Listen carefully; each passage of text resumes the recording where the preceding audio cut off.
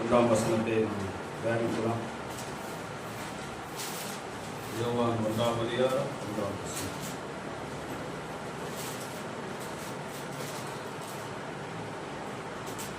யோவான் எழுதின சுவிசேஷம் 1ஆம் அதிகாரம் 1ஆம் வசனம். அதன் முன்பாக 14ஆம் வசனம் வாசிக்கலாம். ஆதியிலே வார்த்தை இருந்தது, அந்த வார்த்தை தேவனிடத்தில் இருந்தது, அந்த வார்த்தை தேவனாய் இருந்தது. அந்த வார்த்தை 14ஆம் வசனம், அந்த வார்த்தை மாம்சமாகி கிருபையினாலும் சத்தியத்தினாலும் நிறைந்தவராய் நமக்குள்ளே வாசம் பண்ணினார். அவருடைய மகிமையை கண்டோம், அது பிதாவுக்கு ஒரே பேரானவருடைய மகிமைக்கு ஏற்ற மகிமையாய் இருந்தது. ஆமென். எபிரேயர் 4ஆம் அதிகாரம்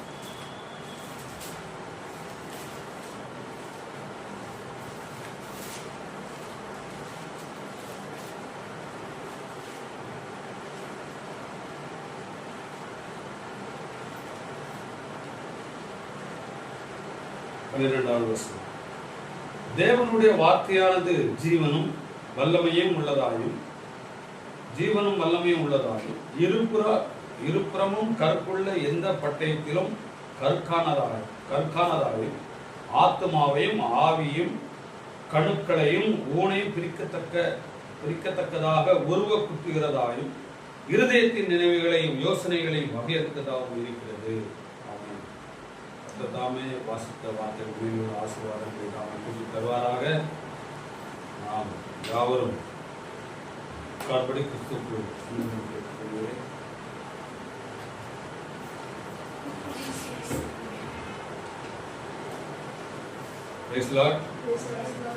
ஆமென். கர்த்தருடைய நாமம் மகிமைப்படுவதாக. இந்த நேரத்திலும் நாம் தொடர்ந்து பார்த்து வருகிற அந்த செய்தியினுடைய தொடர்ச்சி தான் இப்பொழுது நாம் பார்க்க போகிறோம். ஆமென். அதனாலே நாம் தேவனுடைய வார்த்தை குறித்தான காரியங்களை நாம் அறிந்து கொள்ளக்கூடியவர்களாக இருக்கிறோம். ஆமென். அறிந்து கொள்கிற ஒரு காரியமாக இருக்கிறது. காரணம் என்னவென்றால், வானமும் ஒளிந்து போகும், பூமியும் ஒளிந்து போகும், கர்த்தருடைய வார்த்தை மட்டுமே இந்த பூமியிலே ஒளிந்து போகக்கூடிய கூடாததாக இருக்கிறது. ஆமென்.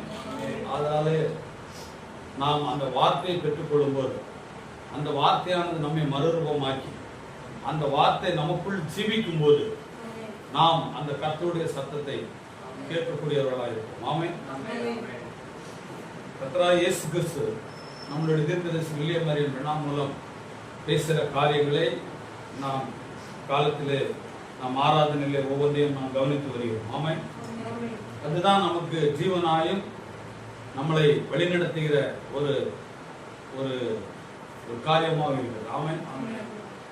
அதனால வேதத்தையும் நாம் செய்தியும் நாம் தியானிக்கவில்லை என்றால் நமக்கு எடுத்துக்கொள்ளப்படுதல் என்ற ஒரு காரியம் நமக்கு கிடையவே கிடையாது. ஆமென். எடுத்துக்கொள்ளப்படுதல் என்ற காரியம் ஒன்று உண்டு, இது தெளிவாக புரிஞ்சுக்கணும். ஆமென். எடுத்துக்கொள்ளப்படக்கூடிய ஒரு காரியம் நிச்சயமாகவே அது உண்டு. ஆனால் வேத வார்த்தையும் இக்காலத்தின் செய்தியும் ஒரு மனிதன் புசிக்கும் போது அவன் மறுரூபமாகி அந்த எடுத்துக்கொள்ளப்படுதலே பங்குள்ளவனாய் மாற முடியும். ஆமென். நான் அப்படியாக ஆராதனை அட்டன் பண்ணிவிட்டோம், நாம் அப்படியா இந்த செய்தியிலே இருக்கிறோம். அப்போஸ்தலர் 2:38 படி ஞானஸ்நானத்தை பெற்றுக்கொண்டோம். தீர்க்கதரிசி போட்டோவை வீட்டில் வைத்திருக்கிறோம். ஆத்மன் போட்டோவை நாம் வீட்டில் வைத்திருக்கிறோம்.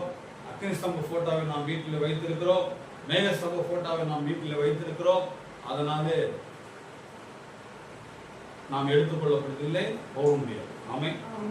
அதற்குரியவரை, அதுக்கு சம்பந்தப்பட்டவரை, அந்த ஆக்கியோனை நாம் நமக்குள்ளே வைத்திருப்போமானால் நாம் அந்த எடுத்துக்கொள்ளப்படுவதில்லை, பங்குள்ளவர்களாய் ஜீவிக்க முடியும், பங்குள்ளவர்களாய் மாற முடியும். ஆமென். அதனால அருமையான சகோதரனே சகோதரியே, உங்கள் நேரங்களை பூமியிலே கண்டிப்பாக கர்த்தர் நம்மளை நடத்துவார். ஆமென். தேவன் எண்ணிக்கையிலே பிரியப்படுகிற தேவன் அல்ல. ஆமென். இந்த பூமியில நம்மை தேவன் எதற்காக, நான் அடிக்கடி கூறுகிற ஒரு முக்கியமான வார்த்தை, உண்மையாகவே அது ரொம்ப, அது எந்த அளவை அந்த வார்த்தையை நீங்கள் எந்த அளவுக்கு நீங்கள் அதை கிரகித்துக் கொள்கிறீர்களோ அந்த வார்த்தைகளை நீங்கள் எந்த அளவுக்கு நீங்கள் தியானிக்கிறீர்களோ, அந்த வார்த்தைகளை நீங்கள் எந்த அளவுக்கு உட்கொள்கிறீர்களோ, அந்த வார்த்தையானதுதான் உங்களை அந்த எடுத்துக்கொள்ளப்படுவதிலே உங்களை அழைத்து செல்லக்கூடியதாக இருக்கும். அதனால நீங்கள் உங்களுடைய நேரங்கள் கிடைக்கும்போது தேவன் உங்களை இந்த பூமியிலே அனுப்பியிருக்கிறார். அவருடைய நாமத்தை பறைசாற்றுவதற்காகவும் அவருடைய நாமத்தை பிரஸ்தாபப்படுத்துவதற்காகவும் தேவன் உங்களை தெரிந்து கொண்டிருக்கிறார். ஆமென். அதனாலதான் தேவன் இந்த பூமியிலே உங்களை அனுப்பி பாருங்க, விலை மதிக்க முடியாத இக்காலத்தின் செய்திய தேவன் எவ்வளவு பரிசுத்தவான்கள் இக்காலத்தின் இந்த மணி நேரத்தின் செய்தியை கேட்க வேண்டும் என்று ஆவல் கொண்டவர்களாய் இந்த பூமியிலே அவர்கள் ஆசைப்பட்ட போது அவர்களுக்கு கிடைக்காத மாபெரும் தருணத்தை கர்த்தர் உனக்கும் எனக்கு தந்திருக்கிறார். ஆமென். அப்படியான நாம் அந்த கர்த்தருக்கு எவ்வளவு நன்றி உள்ளவர்களா நாம் ஜீவிக்க வேண்டும், எவ்வளவு நன்றி கடன்பட்டவர்களா நாம் வாழ வேண்டியவர்களா இருக்கிறோம். ஆமென். பாருங்க,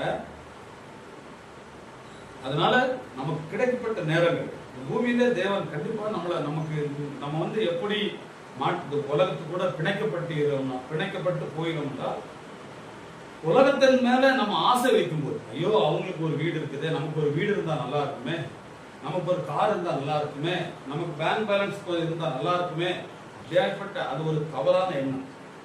இந்த எண்ணத்தை நீங்க தயவு செய்து டெலீட் பண்ணுங்க. அந்த எண்ணத்தை நீங்க என்ன பண்ணுங்க, அழிச்சு எரேஸ் பண்ணுங்க. தேவன் உங்களுக்கு என்ன தேவையோ அது தேவன் உங்களுக்கு கண்டிப்பாக தரும். ஆமென். அது வீடா இருந்தாலும் எதுவா உங்களுக்கு அதை கொண்டு என்ன செய்யணும் தேவன் உங்களுக்கு, அதனால உங்களுக்கு என்ன பயனோ அதை கண்டிப்பா கர்த்தர் தடையில்லாதபடிக்கு தந்து விடுவோம். ஆமென். ஆனா நீங்க கர்த்தரை குறித்தான வார்த்தை குறித்தான ஒரு தியானத்தோடு இருக்கும்போது நம்மளுடைய தேவைகளை கர்த்தர் நிஜமாகவே சந்திக்கிற தெய்வம். ஆமென்.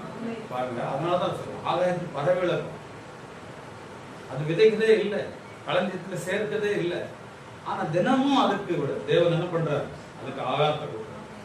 அவைகளை விட நாம விசேஷமானவன்னு சொல்றோம். ஆமென். அப்படியாப்பட்ட தேவன் பாருங்க, அவங்களே போஷிக்காரா நம்மளை போஷிக்காமல் இருப்பாரா? கேட்டுங்களா? பாருங்க, பிள்ளைங்க இதெல்லாம் நீங்க நல்ல ஞாபகம் வச்சுக்கணும். இதுல நிறைய கருத்து இருக்கு. அதனால இந்த நேரத்துல நீங்க புரிந்து கொள்ளும்படியாக நான் அதை உதாரணமாக அதை சொல்லிடுறேன். ரைட்டுங்களா? இப்ப நீங்க அப்பா அம்மா ஒரு சின்ன வயசுல வச்சுக்கோ, சின்ன வயசுல புரிந்து கொள்ளாத ஒரு வயசுல இருக்கணும்.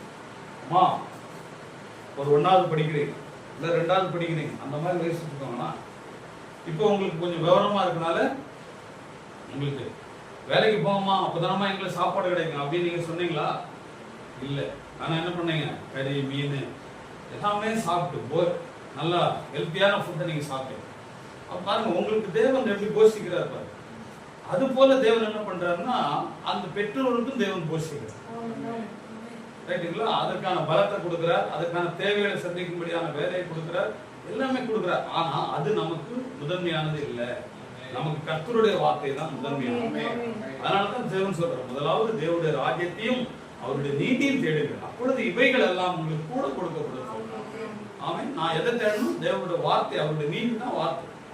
அதை நம்ம தேடும் போது அப்ப நமக்கு கொடுக்கப்பட்ட நேரங்கள் அதிகமா நம்ம எதை தியானிக்கணும் அப்படின்னு பாத்தீங்கன்னா, பரிசுத்த வேதாகமத்தினுடைய தேவனுடைய வார்த்தைகளும் பரிசுத்த வேதாகமத்தில் உள்ள தேவனுடைய வார்த்தையினுடைய வெளிப்பாடு உள்ள இக்காலத்தின் செய்தியும் நாம் இந்த இரண்டையும் நம்ம தியானிக்கும் போது நமக்கு என்ன ஆகும், நம்மளுக்கு இந்த உலகத்தின் குறித்தான கவலைகள், உலகத்தின் குறித்தான பாவத்தினுடைய தன்மைகள் எதுவுமே நம்மளை என்ன பண்ணாது, சேராது, அணுகாது. ஆமென். பரிசுத்த தேவன் நம்மளை அப்படியாய் வழிநடத்தி கொண்டு. ஆமென். அதனால இப்போ இந்த நேரத்துல இது ஏன் நம்ம அப்படி தினமும் தியானிக்கணும் அப்படின்னா, இக்காலத்துல அநேகமான பிசாசு அவன் நம்மளை விட ரொம்ப புத்திசாலி. ரைட்டுங்களா? எந்த நேரத்துல எப்படி பேசணும், எப்படி நடக்கணும் அப்படிங்கிறது அவனுக்கு நல்லா தெரியும். ரைட்டுங்களா? அதனால அவன் என்ன பண்றான், தேவனுடைய பிள்ளைகள் அவனை உலகத்துல இருக்கும்போது அவனுக்கு ஆளாயிரும். நம்ம தேவனை அறிந்ததுக்கு அப்புறம் தேவன் யார் மூலமாவது நமக்கு என்ன பண்றாரு, கர்த்தருடைய வார்த்தையை நமக்கு நினைவூட்டி, இல்லப்பா நீ இங்க இருந்து வந்திருக்கிற, நீ கர்த்தருடைய சிந்தையில இருந்து வந்த, அதனால நீ கர்த்தருடைய சிந்தைக்கு போக வேண்டியது இருக்குது. கர்த்தருடைய சிந்தைக்கு போனோம்னா நீ அந்த மாதிரி நம்ம போனோம்னா, அவருடைய இடத்துக்கு நம்ம போனோம்னா, அவருடைய மார்பில நம்ம சாய்ந்து கொள்ள வேண்டும் என்றால் நீ இந்த மாதிரி ஒரு ஜீவியத்தை ஜீவிக்கணும்னு சொல்லி தான் தேவன் என்ன பண்றாரு, பரிசுத்த வேதாகமத்தை இக்காலத்தின் செய்தி. அதை நம்ம உன்னிப்பா கவனித்து இந்த மணி நேரத்தினுடைய காரியம் என்னங்கிறத நம்ம தியானிக்கும் போது அதற்கான காரியங்களை நம்ம என்ன பண்ணுவோம், மாற்றப்பட்டு அப்படியாவது போய்விடும். அல்லேலூயா. அதனாலதான் இந்த வார்த்தைகள் நீங்க அதிகமா தியானிக்கணும். ஆமென். இல்லை, இதை நம்ம பொறுமையா நம்ம அதை பார்த்து கொண்டே போறோம். சரிங்களா? அப்ப என்னன்னா, அந்த ராஜாவின் பட்டயம் அந்த தலைப்புல தான் நம்ம அதனுடைய தொடர்ச்சி தான்.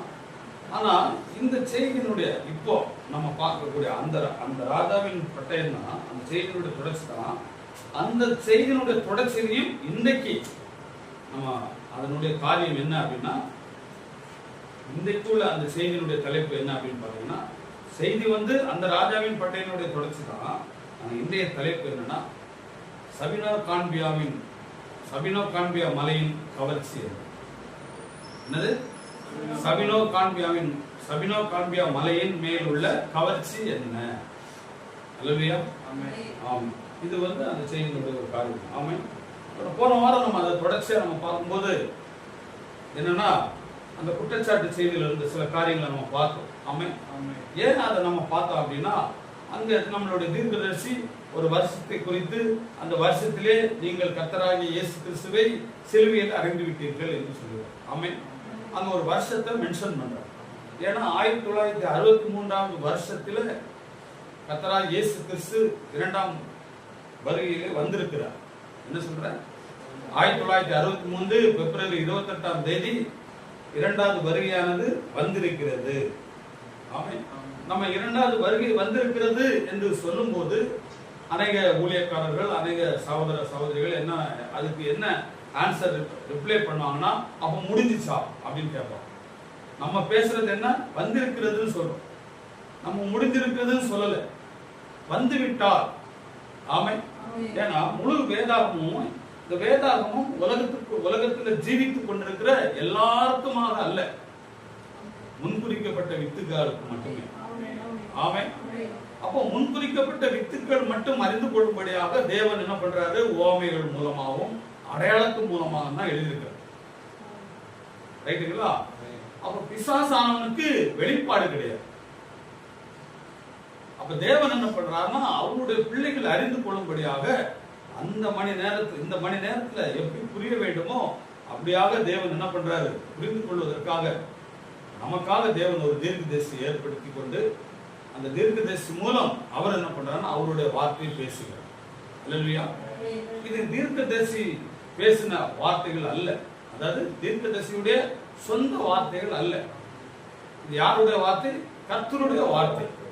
ஆனா யார் மூலம் பேசப்பட்டதுன்னா, இக்காலத்தின் தீர்க்கதரிசி சகோதரர் வில்லியம் மரியன் பிரெனாம் மூலம் பேசப்பட்டதுதான் இந்த மணி நேரத்தின் செய்தி. ஆமென். ஏன்னா தேவன் அவர் நேற்றும் இன்றும் என்றும் மாறாத தேவனா இருக்கிறார். அல்லேலூயா. தெளிவா புரியுதுல? அவர் நேற்றும் இன்றும் என்றும் மாறாதவர். நேற்றுக்கு எப்படி நடந்துச்சோ அதுதான் இன்றைக்கு நடக்கும், அதுதான் எப்பொழுதும் நடக்கும். ஆமென். அப்படின்னா தேவன் என்ன பண்றாருன்னா, அவர் தீர்க்கதரிசி மூலம் தான் பேச வேண்டும்.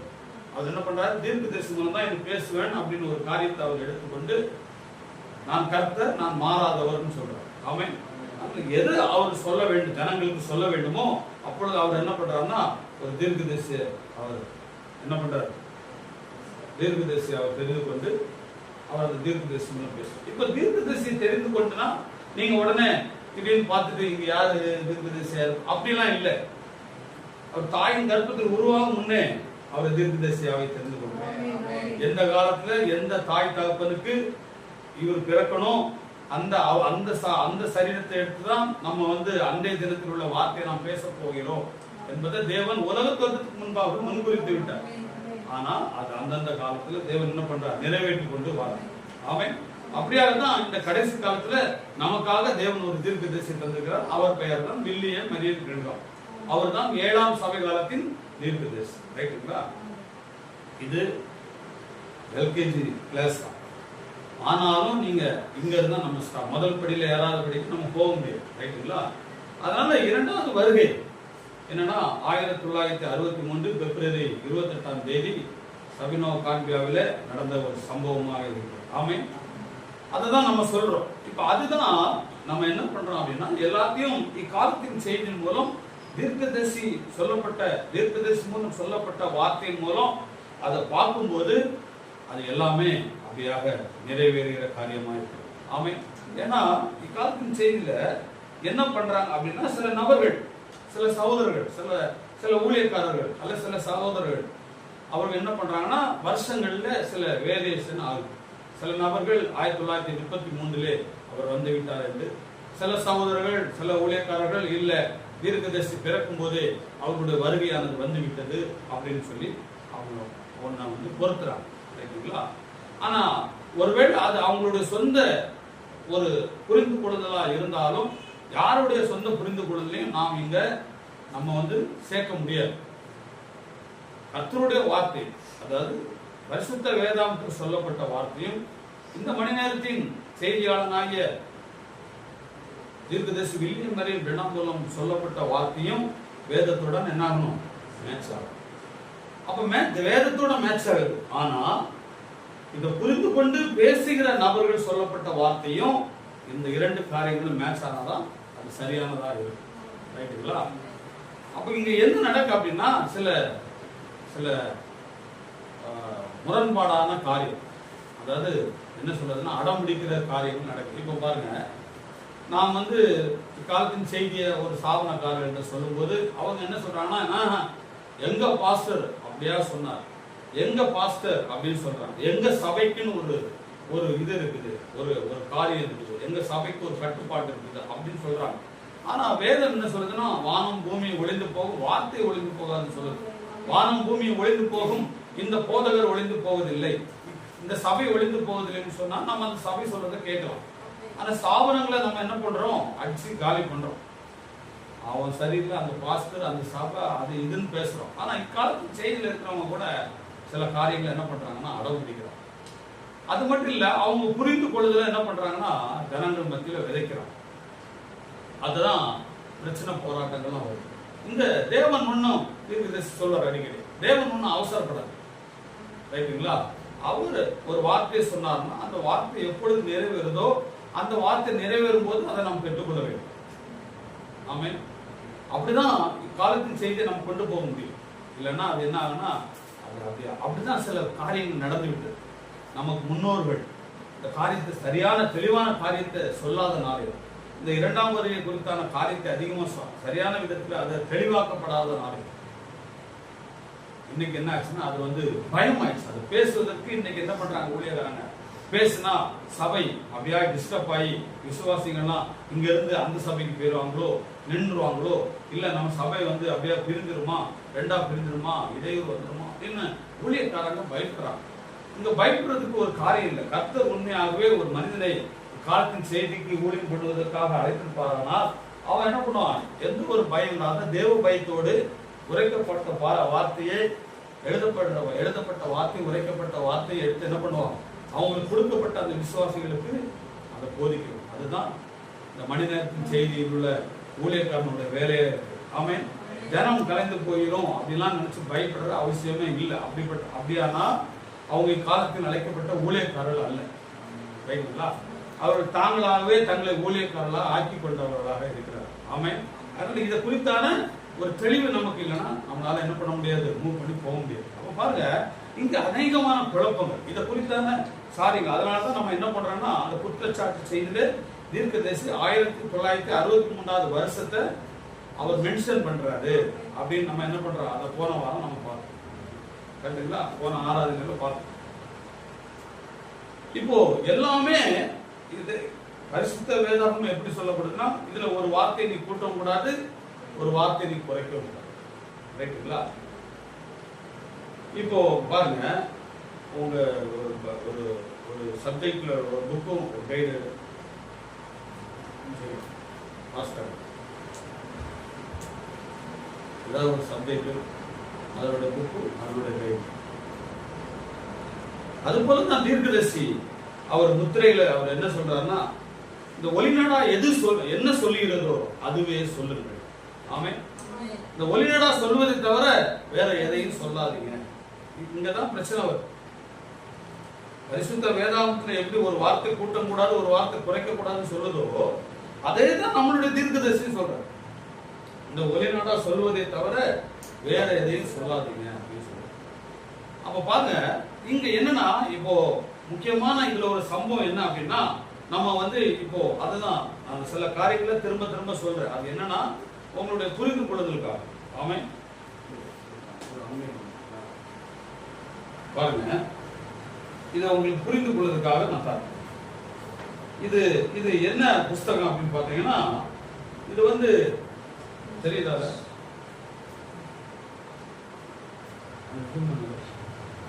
இது என்னன்னா 12th இங்கிலீஷ் புஸ்தகம். ரைட்டுங்களா? என்னது? English 12th subject. 12th படிக்கிற ஒரு மாணவனுடைய இங்கிலீஷ் புஸ்தகம். ரைட்டுங்களா? ஆனா இங்க பாருங்க, இது லயோலா ஈஸி இங்கிலீஷ் என்ன போட்டுருக்கு? கம்ப்ளீட் கைடுன்னு போட்டு. ரைட்டுங்களா? இது என்னது? கைடு. இது என்ன போட்டுருக்கு? 12th English.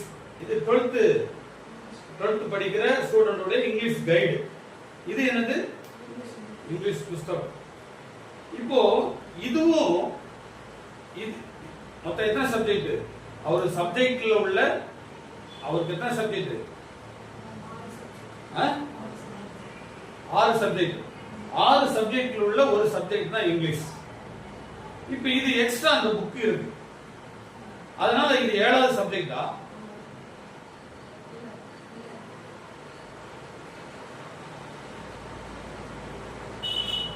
இது 7வது சப்ஜெக்டா? இது எத்தனை சப்ஜெக்ட் தான்? 6வது சப்ஜெக்ட். புரியுதா உங்களுக்கு? ஆனா இதுல உள்ள விளக்க உரைகள் எதுல இருக்குன்னா இந்த கைடுல. இந்த புஸ்தகத்துல என்ன இருக்குன்னா, அந்த புஸ்தகத்துல ஒரு சப்ஜெக்ட் ராவா இருக்குது, அதனுடைய கேள்விகள் இருக்குது, அதனுடைய சில விடப்பட்ட கொஸ்டின்ஸ் இருக்குது. ரைட்டுங்களா? ஆனா அதாவது புரிஞ்சுக்கிறதுக்காக நான் சொல்றேன். அதாவது பொறுத்துக, கோடிட்ட இடங்களை நிரப்புக. ரைட்டுங்களா? ஒரு ஒரு ஒரு கொஸ்டின் வச்சிருப்பாங்க, ஆனா ஆன்சர் இதுக்குள்ளதான் இருக்குது, ஆனா எங்க இருக்குன்னு தெரியாது.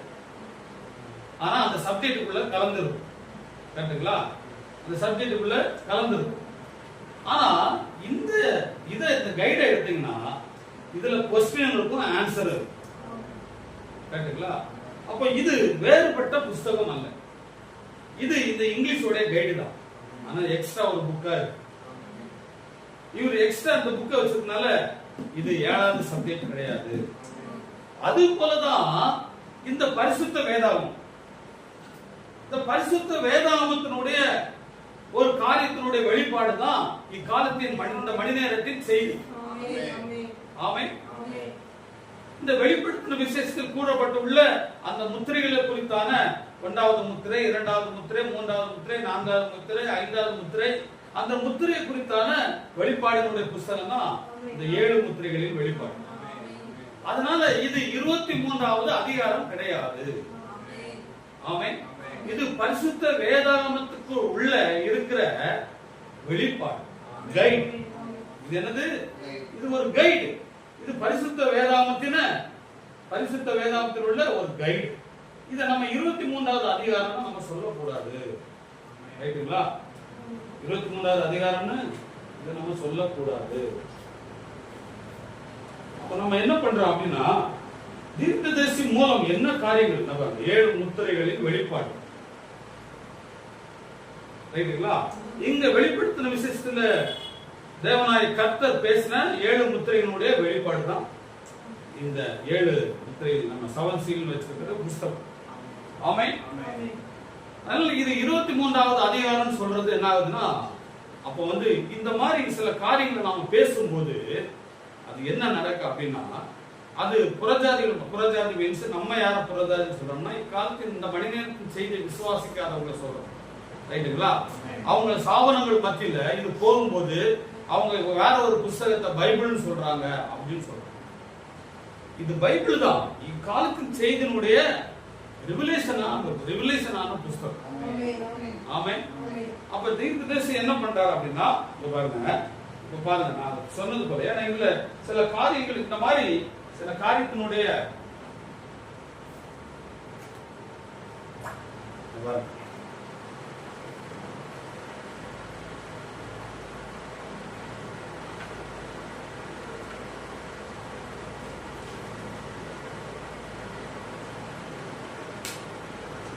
நீங்க இதை தெளிவா தெரிஞ்சு வச்சுக்கணும், ரைட்டுங்களா?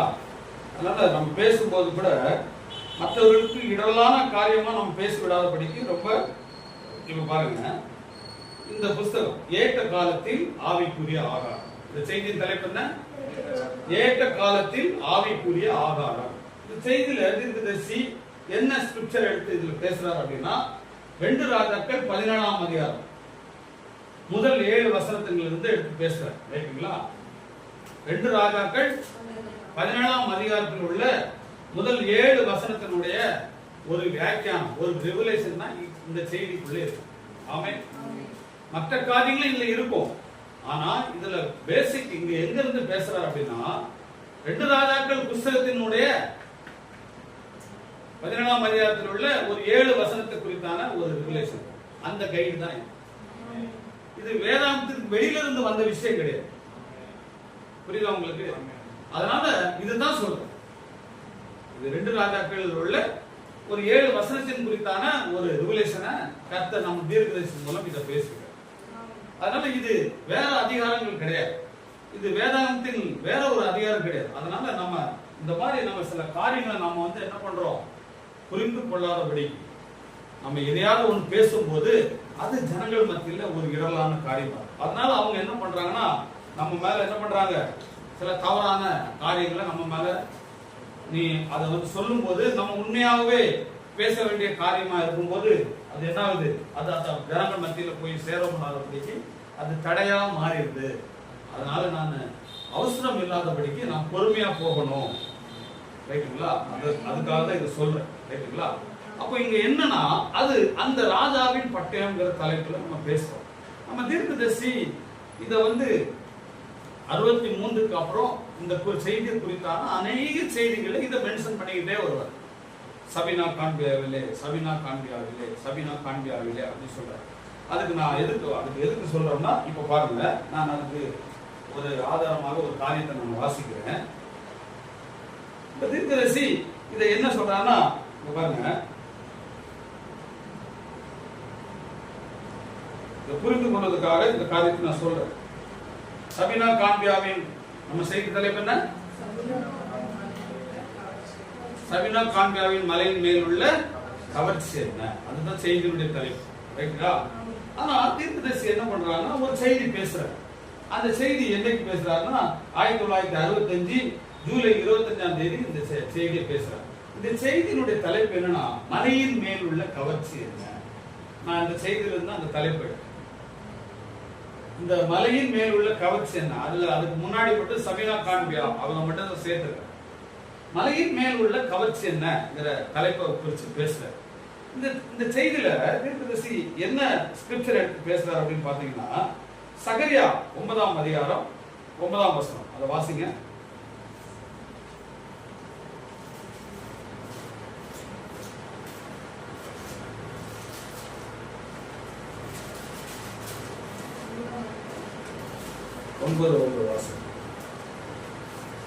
சீயோன் குமார்த்தியே மிகவும் களிகூரு, எருசலேமே எருசலேமின் குமார்த்தியே கெம்பீரி, இதோ உன் ராஜா உன்னிடத்தில் வருகிறார்.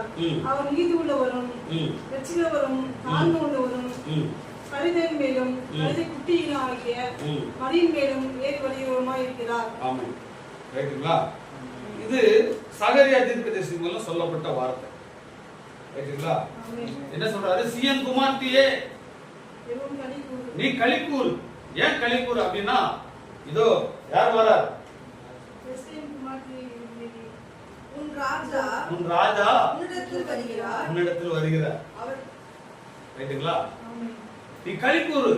இனி பாவம் உன்னை பிடிச்சு வச்சிருக்க முடியாது, இனி மரணம் உன்னை பிடித்து வைக்க முடியாது. அதனால நீ என்ன பண்ண, சீயோன் குமார்த்தியே நீ களிக்கூர் அப்படின்னு தீர்க்கதரிசி மூலம் அந்த வார்த்தைகள், சொல்லப்பட்ட வார்த்தைகள் சகரியா தீர்க்கதரிசி மூலம் பேசப்படுது, ரைட்டுங்களா? இது எப்போ பேசப்படுது அப்படின்னு பாத்தீங்கன்னா, 487 வருஷத்துக்கு முன்பாக அது பேசப்படுது. எப்போ? இயேசு கிறிஸ்து வருவதற்கும் அந்த காரியம் நடக்கிறதுக்கும் 487 வருஷத்துக்கு முன்பாக. ஆனா இததான் எல்லா பரிசுத்தவான்களும் காத்து கொண்டிருந்தாங்க, இந்த சம்பவத்தை பார்க்கறது. இந்த காரியத்துக்குள்ள நம்மளும் அந்த காட்சியை பார்க்கணும்னு எவ்வளவு பரிசுத்தவான்கள் அதை பார்க்க வேண்டும் என்று ஆசை கொண்டிருந்தாலும் ஆனா அவங்களால பார்க்க முடியல. ரைட்டுங்களா? அப்ப தீர்க்கதரிசி ஒரு வார்த்தையை சொல்றாரு. என்ன சொல்றாரு? இதோ கழுதையின் மேலும் கழுதை குட்டியினோட வருகிறார், சீயோன் குமாரத்தியே களி கூறு அப்படின்னு சொல்றாரு. ரைட்டுங்களா? இது தீர்க்க தரிசனமா உரைக்கப்பட்ட வார்த்தை. ரைட்டுங்களா? இப்ப தீர்க்க தரிசனமா உரைக்கப்பட்ட வார்த்தை எப்ப நிறைவேறுனா வாசி மத்தேயு 21ஆம் அதிகாரம்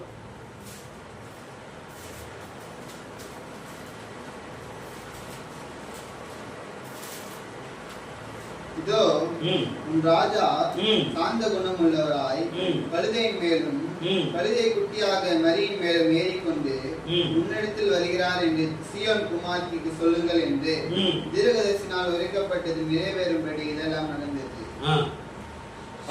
சீஷர்கள் போய் இயேசு தங்களுக்கு கட்டளையிட்டபடியே செய்து கழுதையையும் குட்டியையும் கொண்டு வந்து. எத்தனை வாசிக்கிறீங்க? 21ஆம் அதிகாரம் வாசின்னு சொன்னேன். 1ல இருந்து வாசி. அவர்கள் எருசலேமுக்கு சமீபமாய் சேர்ந்து ஒலிவமலைக்கு அருகான பெத்தேயுக்கு வந்தபோது இயேசுவானவர் சீஷர்கள் 2 பேரை நோக்கி, உங்களுக்கு எதிரே இருக்கின்ற கிராமத்துக்கு போங்கள். போன உடனே அங்கே ஒரு கழுதையையும் அதனோடு ஒரு குட்டியும் கட்டியிருக்க காண்பீர்கள். அவைகள் அவிழ்த்து என்னிடத்தில் கொண்டு வாருங்கள். ஒருவன் உங்களுக்கு ஏதாவது சொன்னால் இவைகளை ஆண்டவருக்கு வேண்டும் என்று சொல்லுங்கள், உடனே அவைகளை அனுப்பிவிடுவான் என்று சொல்லி அவரை அனுப்பினான். இதோ உன் ராஜா சாந்த குணம் உள்ளவராய் கழுதையின் மேலும் கழுதை குட்டியாகிய மரியின் மேலும் ஏறிக்கொண்டு முன்னெடுத்தில் வருகிறார் என்று சீயோன் குமாரத்திற்கு சொல்லுங்கள் என்று தீர்க்கதரிசினால் உரைக்கப்பட்டது நிறைவேறும்படி இதெல்லாம் நடந்தது. சீஷர்கள் போய் இயேசு தங்கள் கட்டளையிட்டபடியே செய்து கழுதையையும் குட்டியும் கொண்டு வந்து அவைகள் மேல் தங்கள் வஸ்திரங்களை போட்டு அவரை ஏற்றினார்கள். திரளான ஜனங்கள் தங்கள் வஸ்திரங்களை வழியிலே விரித்தார்கள். வேறு சிலர் மரக்கிளைகளை தரித்து வழியிலே பரப்பினார்கள். முன் நடப்பாரும் பின் நடப்பாரும் ஆகிய திரளான ஜனங்கள் தாவீதின் குமாரனுக்கு ஓசானா, கர்த்தரின் நாமத்தினாலே வருகிறவர் சோத்தரிக்கப்பட்டவர், உன்னதத்திலே ஓசானா என்று சொல்லி ஆர்ப்பரித்தார்கள். அவர் எருசலேமுக்குள் பிரவேசிக்கையில் நகரத்தார் யாவரும் ஆச்சரியப்பட்டு இவர் யார் என்று விசாரித்தார்கள். அதற்கு ஜனங்கள், இவர் கலிலேயாவில் உள்ள நாசரேத்திலிருந்து வந்த தீர்க்கதரிசி ஆகிய இயேசு என்றார்கள். பாருங்க, இங்க ஒரு சம்பவம் நடக்குது. ரைட்டுங்களா? இங்க ரெண்டு நீங்க அங்க அதான் சொல்ற வேதங்களை நம்ம வேத வசனத்தை நல்ல கவனமா பொறுமையா நிறுத்தி அதை வாசிக்கணும். ஏன்னா வாசிக்கும் போதே அதுல சில காரியங்கள் இருக்கு. ரைட்டுங்களா? அப்ப இங்க ஒருத்தர் வந்து தீர்க்க தரிசனமா சகரியா தீர்க்க தரிசனம் சொல்லப்பட்ட வார்த்தை இங்க என்ன ஆகுது? நிறைவேறு. இப்ப இயேசு கிறிஸ்து நடக்க முடியாம என்னால நடக்க முடியலப்பா, எவ்வளவோ பயணங்கள். புரியுதுங்களா? கிட்டத்தட்ட 8 மைல் மேல எம்ஆர்சிஸ்ல கூட நடந்தே போற. இப்படி அவர் மலை மேல ஏறுற இறங்குற, இப்படி அநேக இடங்கள்ல அவரு நடந்து பிரயாணப்பட்டு போயிருக்கிறார். ரைட்டுங்களா? இங்க இயேசு கிறிஸ்துனால நடக்க முடியலப்பா என்னால, அதனால ஏதாவது கழுத இருந்தா எடுத்துனோம். இப்ப நம்ம என்ன பண்றோம்? நம்மளால நடக்க முடியலன்னா ஒரு ஆட்டோ, ஒரு பைக், ஏதாவது லிப்ட் கேட்டு போறாங்க. சிலவங்க என்ன பண்றாங்க? ஆட்டோ பிடிச்சு போறாங்க, கார்ல போறாங்க, ரைட்டுங்களா, ட்ரெயின்ல போறாங்க பயணம் பண்ணும்போது. இவரு இந்த மாதிரி நடக்க முடியாதபடிக்கு எனக்கு ஏதாவது நடக்க முடியல, ஏன்னா ஒரு கழுதை தாங்க, கழுத மேல ஏறி போயிருவேன், யார்ட்டையாவது கழுத கிளப்பான் அப்படிலாம் அந்த ஒரு காரியத்துக்காக அந்த கழுதை கேட்கல. சகரியால சொல்லப்பட்ட ஒரு வார்த்தை நிறைவேறும். புரியுதா உங்களுக்கு? என்ன சொல்றாங்க? சகரியா என்ன சொன்னாரு? இதோ மரியின் மேலும் ஏறி வருவான்னு சொல்லியிருக்கு. அப்பனா அங்க என்ன ஆகணும்? ஒரு சீன்ல ஒரு கழுதையும் ஒரு கழுதை குட்டியும் இருந்தாங்க. அதை அவுக்கும் போது ஒருவன் கேள்வி கேட்கணும். ரைட்டுங்களா? எங்கப்பா விட்டுன்னு போற? இதோ ஆண்டவருக்கு சொல்லும் போது அவன் அதை விட்டுறணும். அப்ப இதெல்லாம் ஒரு காட்சியா அங்க நடந்தாலும் தீர்க்க தரிசனத்தினால உரைக்கப்பட்ட வார்த்தை இங்க நிறைவேறணும். ரைட்டுங்களா?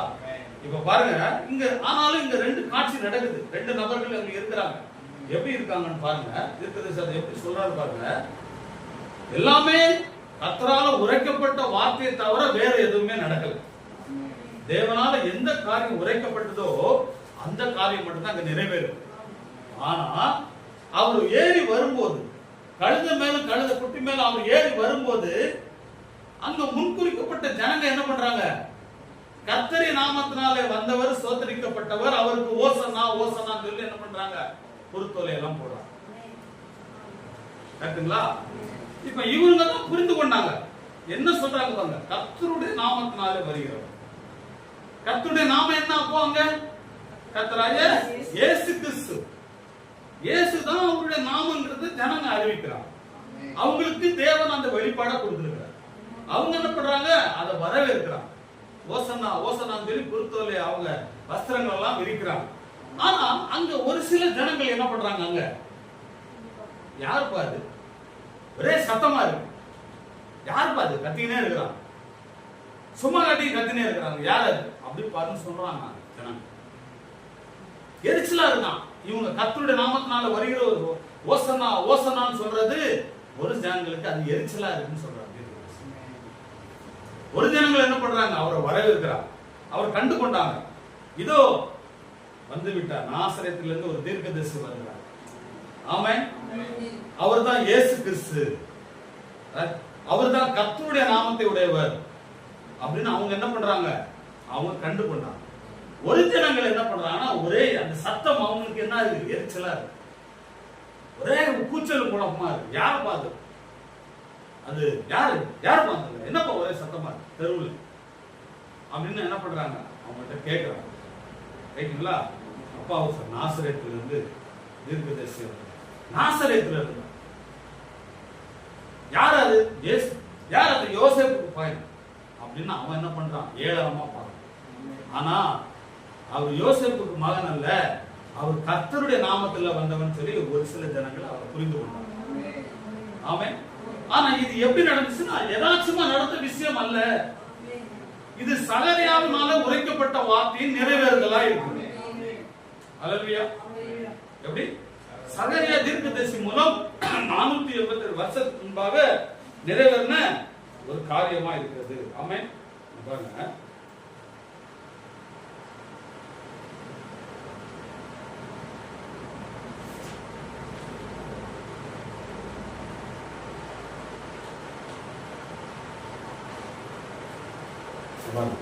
எப்படி சொல்றாரு?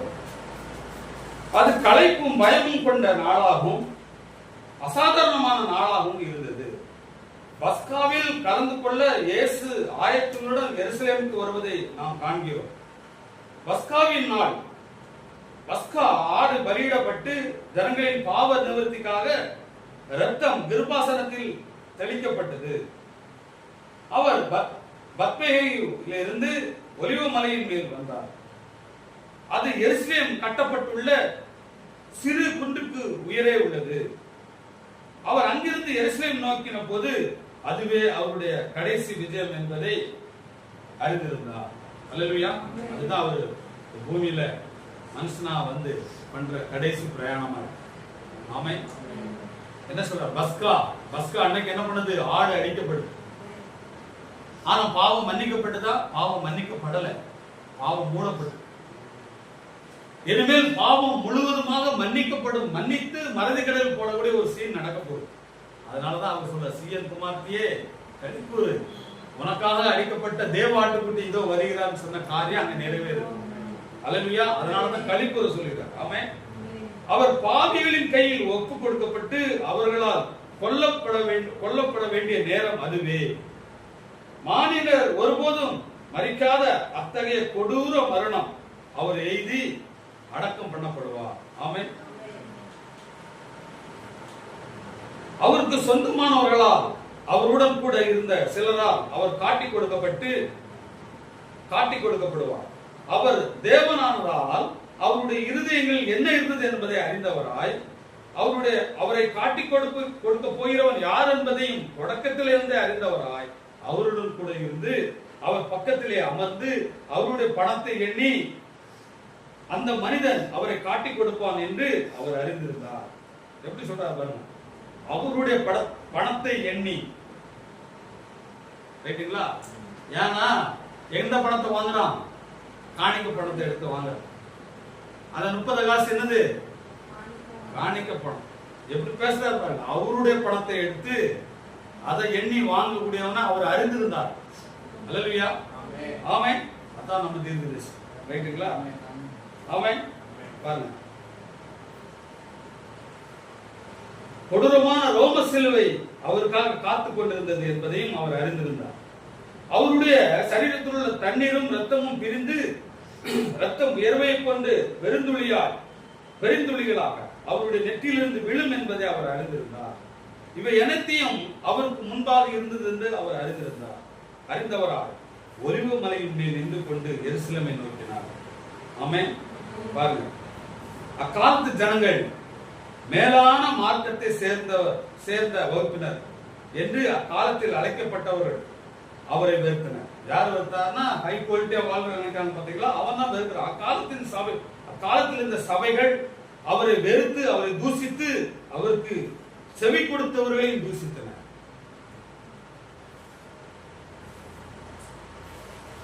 அவருடைய கூட்டங்களுக்கு அவர்கள் சென்றால் அவர்கள் உடனடியாக சபையின் ஐக்கியத்திலிருந்து பிரஷ்டம் செய்தனர். விளைக்கிறோம், அவங்க கூட எல்லாம் சேராது. அவனை வீட்டு விசேஷத்துக்கு கூட கூடாது. எப்படி? வீட்டு விசேஷங்களுக்கு கூட கூட்டாது. நம்ம என்ன பண்றோம், இப்ப ஒரு சகோதரருக்கு நம்ம என்ன பண்றோம், ஒரு சகோதரருக்கு அலைன்ஸ் பார்க்கும்போது அந்த பாப்பாவை சின்ன வயசுல இருந்து நம்ம ஒரு இதுல பார்க்கிறோம். அப்ப நல்ல ஒரு பாப்பா ஆச்சு. அப்ப இன்னொரு பாஸ்டர் நல்ல ஒரு பையனா, அந்த பையனை பத்தி நமக்கு தெரியும், நல்ல சகோதரன் நல்ல சகோதரி. அப்போ இவங்க சேர்ந்தா நல்லா இருக்குன்னு சொல்லி நம்ம என்ன பண்றோம், அந்த அலைன்ஸ் பார்த்து அங்க ஒரு அந்த பாஸ்டர் நமக்கு தெரிஞ்சவர், இந்த பாஸ்டர் நமக்கு தெரிஞ்சவர், அவங்க பிள்ளைங்க நமக்கு தெரிஞ்சவங்க. எதுக்கு சொல்றோம் பாருங்க, எப்படி பொறுத்துது பாருங்க. நம்மளுடைய ஜீவியத்துல, என்னுடைய ஜீவியத்துல பொருந்துற காரியத்தை பாருங்க. அப்போ சகோதரனே, இப்படி ஒரு நல்ல ஒரு சகோதரன் இருக்கான், அவன் மகனை அவங்களுக்கு கொடுங்க, அவங்க மகளை கொடுங்க அப்படின்னு நம்ம என்ன பண்றோம், அதை பேசி அதை பண்றோம். கர்த்தர் பாருங்க அதை ஆசீர்வதிச்சு அந்த கல்யாணத்தை நல்லபடியா நடக்கக்கூடிய தேவன் கிருபை செஞ்சு அவங்களுக்கு ஒரு குழந்தையும் தேவன் கொடுத்தாரு. இப்ப அந்த சடனா இப்போ பாத்தீங்கன்னா, போன மாசம் அந்த குழந்தைக்கு ஒரு பிறந்த நாள் வைக்கிறான். அந்த பிறந்த நாள் வைக்கும் போது நான் திடீர்னு ஸ்டேட்டஸ்ல பாக்குறேன். அப்ப அதுக்கு முன்னாடியே பிறந்த நாளுக்கும் 2 மாசத்துக்கு முன்னாடி எனக்கு அந்த இது விஷயம் தெரியும், இப்படி பிறந்த நாள் பண்றாங்க, இப்படி சில காரியங்கள் இருக்கு அப்படின்னு சொல்லி அதை கேள்விப்பட்டேன். சரி நடந்துச்சுன்னா கூடுவாங்கல்ல அப்படின்னு நினைச்சிட்டு தானே இருப்போம் நம்ம. திடீர்னு பார்த்தா ஸ்டேட்டஸ்ல நிறைய ஊழியக்காரங்க அது இருக்கிறாங்க, நிறைய ஊழியக்காரங்க அது இருக்கிறாங்க. ஒவ்வொரு ஊழியக்காரரும் ஒவ்வொரு ஏரியா பார்த்தா ஸ்டேட்டஸ்ல அந்த பிறந்த நாளுக்கு போய் அங்க அந்த பாஸ்போர்ட் வீட்டுல இருக்கிறாங்க. நான் வருத்தப்படல, இதெல்லாம் நமக்கு நடப்புங்கிறது நம்ம முன்கூட்டியே நம்ம தெரியும். அதனால நம்ம என்ன பண்றோம், அதை டாலரேட் பண்ணிக்கிறோம். அது நம்ம ஜீரணம் ஆயிருந்தது, அது நமக்கு ஒன்றும் பிரச்சனை இல்லை, இப்படிதான் செய்வாங்க இந்த ஜனங்க. ஏன்னா கடைசி காலத்துல நன்னீரிவு இல்லாதவர்கள் எல்லாம் வருவாங்கிறது வேதம் சொல்லுது. அதனால அந்த சம்பவம் நடக்கும். அது நம்ம ஜீவியத்தில் நிறைவேறும் போது நம்ம கர்த்தருடைய நெருங்கி இருக்கிறோங்கிறதுக்கு அது ஒரு விட்னஸா இருக்கு. ரைட்டுங்களா? பாருங்க, நம்ம உதவி செய்த நபர்கள், நம்ம அந்த கிறிஸ்துக்குள்ள வளர்த்து விட்ட சகோதரர்கள், அவங்களை என்கரேஜ் பண்ணாம, அவங்க விழுந்து இருக்கும்போது சோர்வா இருக்கும் போதெல்லாம் அவங்களை என்கரேஜ் பண்ணி தூக்கி விட்ட சகோதரர்கள் பூந்தமல்லியில் இருக்க நிறைய சகோதரர்கள்லாம் நிறைய நாள் திடீர்னு சபைக்கு போகாம சில பிரச்சனைகள் அப்படி நின்றுவாங்க. நமக்கு இதுவரைக்கும் அவங்க சப்போர்ட் பண்ணல. நம்ம இப்படியா சோர்வா இருக்கும் போது எரிச்சு ஓடுங்க போதுன்னு நமக்கு உதவி பண்ணல, நமக்கு என்கரேஜ் பண்ணல. ஆனா அந்த சகோதரர்கள் சில பிரச்சனைகள் போராட்டங்கள் இருக்கும்போது அப்படியே கூச்ச குழப்பமா ஒருவருக்கு ஒருவர் விரோதமா இருக்கும்போது, அப்படிலாம் இருக்கக்கூடாது, இப்படிதான் இருக்கணும், அப்படி பண்ணக்கூடாது, இப்படி பண்ணது நம்ம ஜாயின் போட்டு அவங்கள சந்தோஷமா பேச வைப்போம். ஆனா இன்னைக்கு அந்த சகோதரர்கள் நம்ம என்ன பண்ண பேசக்கூடாதபடிக்கு தடை செய்யப்பட்டிருக்கிறாங்க. ஏன்னா வேற ஒண்ணுமே கிடையாது. அவன் சொத்தையோ அவன் வீட்டுல நம்ம எதுவுமே கொள்ளையடிக்கவோ எதுவுமே செய்யல. ஒரே காரியம், கர்த்தர் வந்து விட்டார் சொன்ன ஒரே காரியத்துக்காக நம்ம வெறுக்கப்பட்டிருக்கோம். அல்லேலூயா. 1963 சபினா காம்பியால கர்த்தர் வந்து விட்டார் அப்படிங்கிற காரியத்தை நம்ம வேதத்தில சொல்லப்பட்ட காரியத்தை எடுத்து சொல்லும் போது, செய்தியில சொல்லப்பட்ட காரியத்தை எடுத்து சொல்லும் போது, அந்த இந்த விஷயம் எனக்கு தெரிஞ்ச உடனே நான் என்ன பண்ணேன்னா, பூந்தமல்லியில ஒரு வீட்டுல வாடகைக்கு இருந்தோம். விடிய விடிய நம்ம பேசணும். பக்கத்து வீட்டுல என்னப்பா பயங்கர சுத்தமா இருக்கு, என்ன பண்றோம், நமக்கு தெரிவிக்கப்பட்ட எத்தனாம் வாரத்துல இருக்கீங்க. அப்ப என்ன அப்படின்னா, தெரிவிக்கப்பட்ட சம்பவங்கள் சாயாதீங்க, நேரா உட்காரு, சாயாதீங்க, அதான் பிரச்சனை, சாயாது. அப்ப என்ன நடக்கு அப்படின்னு பாத்தீங்கன்னா, தெரிவிக்கப்பட்ட சம்பவத்தை நம்ம உடனே என்ன பண்றோம், மறைச்சு வைக்கல. மறைச்சு வைக்கல. அந்த மரியாள் எடுத்துட்டு எலிசபெத் தேடி ஓடுனது போல நம்மளும் என்ன பண்றோம்? கிறிஸ்து நமக்குள்ள பிறந்து விட்டாருங்கிறத நம்ம அது பறைசாற்றும் போது அவங்க என்ன பண்றாங்கன்னா பொறாமை கொள்றாங்க. என்ன பண்றாங்க? பொறாமை கொண்டு பேசியிருந்த சகோதரங்க பேசாதபடிக்கு என்ன பண்றாங்க? தடை செய்யப்படுறாங்க. அது போலதான் இந்த சகோதரன் அவருடைய அவன் மகளுடைய மகனுக்கு பிறந்த குழந்தைக்கு முதல் பிறந்த நாள் கொண்டாடும் போது நம்மளை பாருங்க, நமக்கு அழைப்பே கொடுக்கல.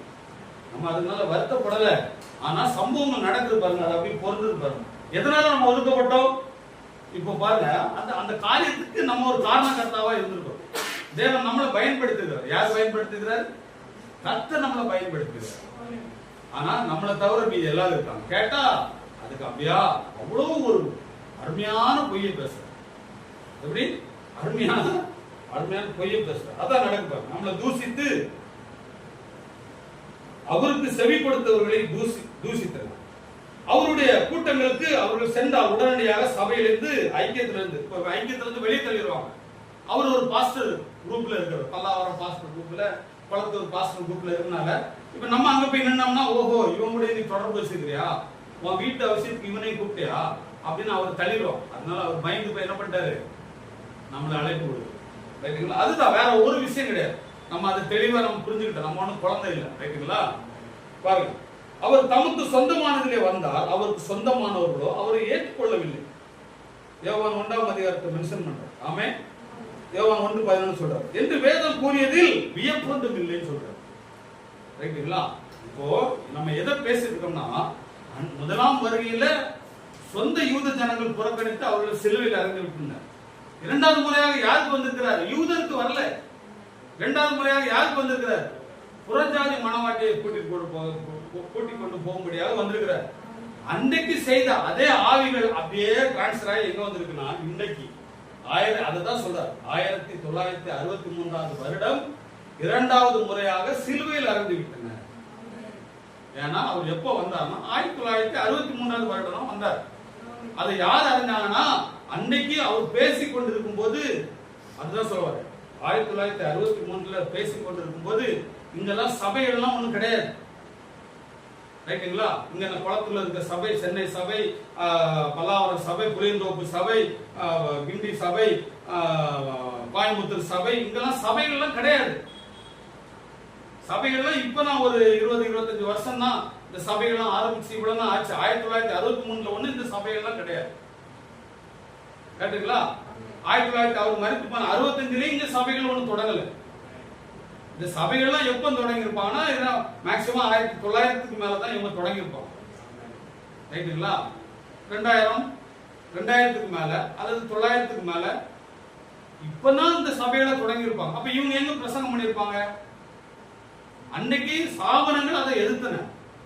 முதலாம் வருகைய அன்னைக்கு யூதர்கள் எதிர்த்தது போல இரண்டாம் வருகையை அவர் அறிவித்து அதை பேசும்போது அதை ஸ்தாபனங்கள் எதிர்த்தன. அப்போ 1963 எதிர்க்கவங்க எல்லாருமே யாரு? ஸ்தாபனங்கள். ரைட்டுங்களா? இதை இவங்க எப்படி தப்புறாங்க, அப்படி டபாய்ச்சி தப்புறாங்க அப்படின்னு பாத்தீங்கன்னா, அது ஸ்தாபனத்துக்கு தான் பேசினார். உண்மைதான்.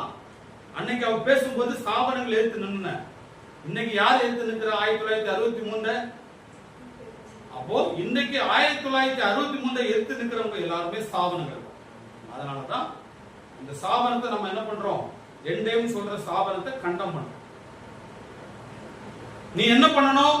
இங்க பாருங்க, முதலாம் வருகையில அந்த அந்த யாரு சாஸ்திரிகள் அந்த நட்சத்திரத்தை கண்ட உடனே அவங்க பிரயாணப்பட்டு வராங்க. ரைட்டுங்களா? பிரயாணப்பட்டு வந்து யூதருக்கு ராஜா பிறந்திருக்கிற எங்கன்னு ஏரோதுகிட்ட கேட்கிறான்.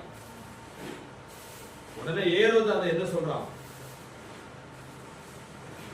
யூதருக்கு ராஜா பிறந்திருக்கிறான், ஒரு நிமிஷம் வெயிட் பண்ணுங்க சொல்லி என்ன பண்றான்? உடனே சாஸ்திரிகள் எல்லாத்தையும் வாசிங்க அந்த வசனத்தை. 2ஆம் அதிகாரம். ஏரோது ராஜாவின் நாட்களில் யூதேயாவில் உள்ள பெத்லகேமிலே இயேசு பிறந்த பொழுது கிழக்கில் இருந்து சாஸ்திரிகள் எருசலேமுக்கு வந்து, அதை விடுங்க, அந்த டாபிக் மட்டும் பேசுங்க. யூதருக்கு ராஜாவாகிய பிறந்திருக்கிறவர் எங்கே? கிழக்கிலே ஒரு நட்சத்திரத்தை கண்டு. எந்த வசனம்?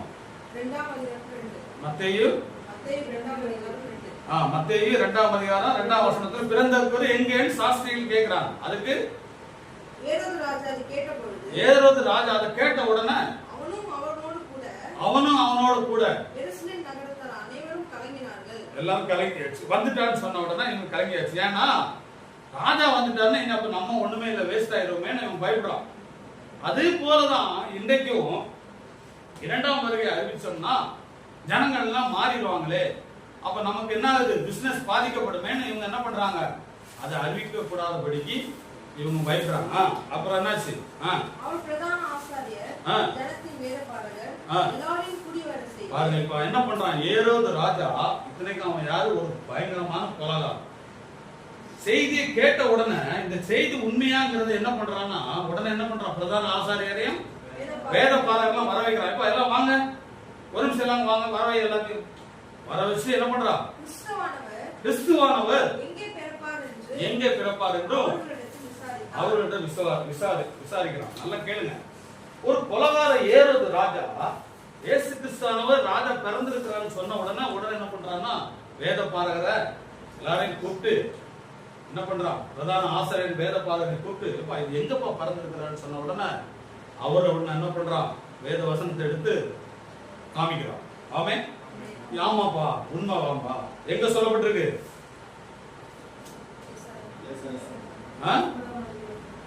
இல்ல இல்ல அதுல எழுதி வைக்கணும்னு உங்ககிட்ட சொல்லியிருக்கிற. அவர் பிறந்திருக்கிறாரு எங்கப்பா அப்படின்னு அவங்க விசாரிக்க சொன்ன உடனே அவன் என்ன பண்றான், உடனே வேத வசனத்தை எடுத்து என்ன பண்றான், விசாரிக்கிறான். மீகா 5ஆம் அதிகாரத்துல 2ஆம் வசனத்துல சொல்லப்பட்டிருக்குப்பா. ஆமாப்பா தீர்க்கதரிசி மீகா தீர்க்கதரிசி இதை குறிச்சு சொல்லியிருக்கிறாருப்பா அப்படின்னு சொல்லிட்டு என்ன பண்றாங்க, அவங்க யூதேயா தேசத்து 6ஆம் வசனம் இருக்குல்ல, அதுதான் யூதேயா தேசத்தில் உள்ள பெத்லகேமே யூதாவின் பிரபுக்களில் சிறியதல்ல, என் ஜனமாகிய இஸ்ரவேலை ஆளும் பிரபு உன்னிடத்தில் புறப்படுவார் என்று யூதா தீர்க்கதரிசினால் மீகா தீர்க்கதரிசினால் எழுதப்பட்டிருக்குன்னு அவன் காமிக்கிறான். ஆமென். அப்போ அவன் என்ன பண்றான், கன்ஃபார்ம் பண்ணிக்கிறான். கன்ஃபார்ம் பண்ணிக்கிட்டு அவனுக்கு ஒண்ணு மட்டும் தெரியல. என்ன தெரியல,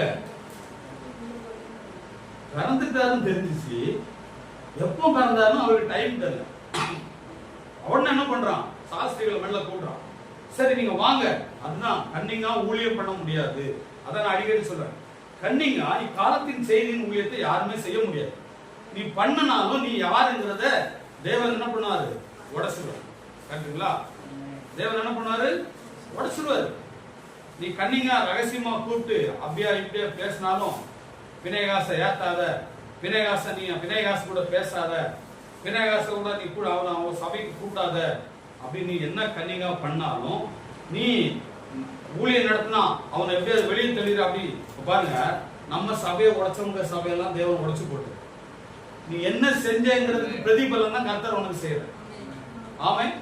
நம்ம அந்த சபை யாரு, நான் கூட்டிட்டு போன விசுவாசிகள்னா, நான் சுவிசேஷம் கர்த்தர் யாமலாம் சுவிசேஷம் சொன்ன விசுவாசிகள்னா எங்க விட்டோமோ அங்கங்கே இருக்கிறாங்க. நம்ம யாரையும் நான் சர்ச்சை ஆரம்பிச்சிருக்கோம்பா நீங்க என் சபைக்கு வாங்க, இதுவரைக்கும் யாருக்கு நம்ம அழைப்பு கொடுக்கல.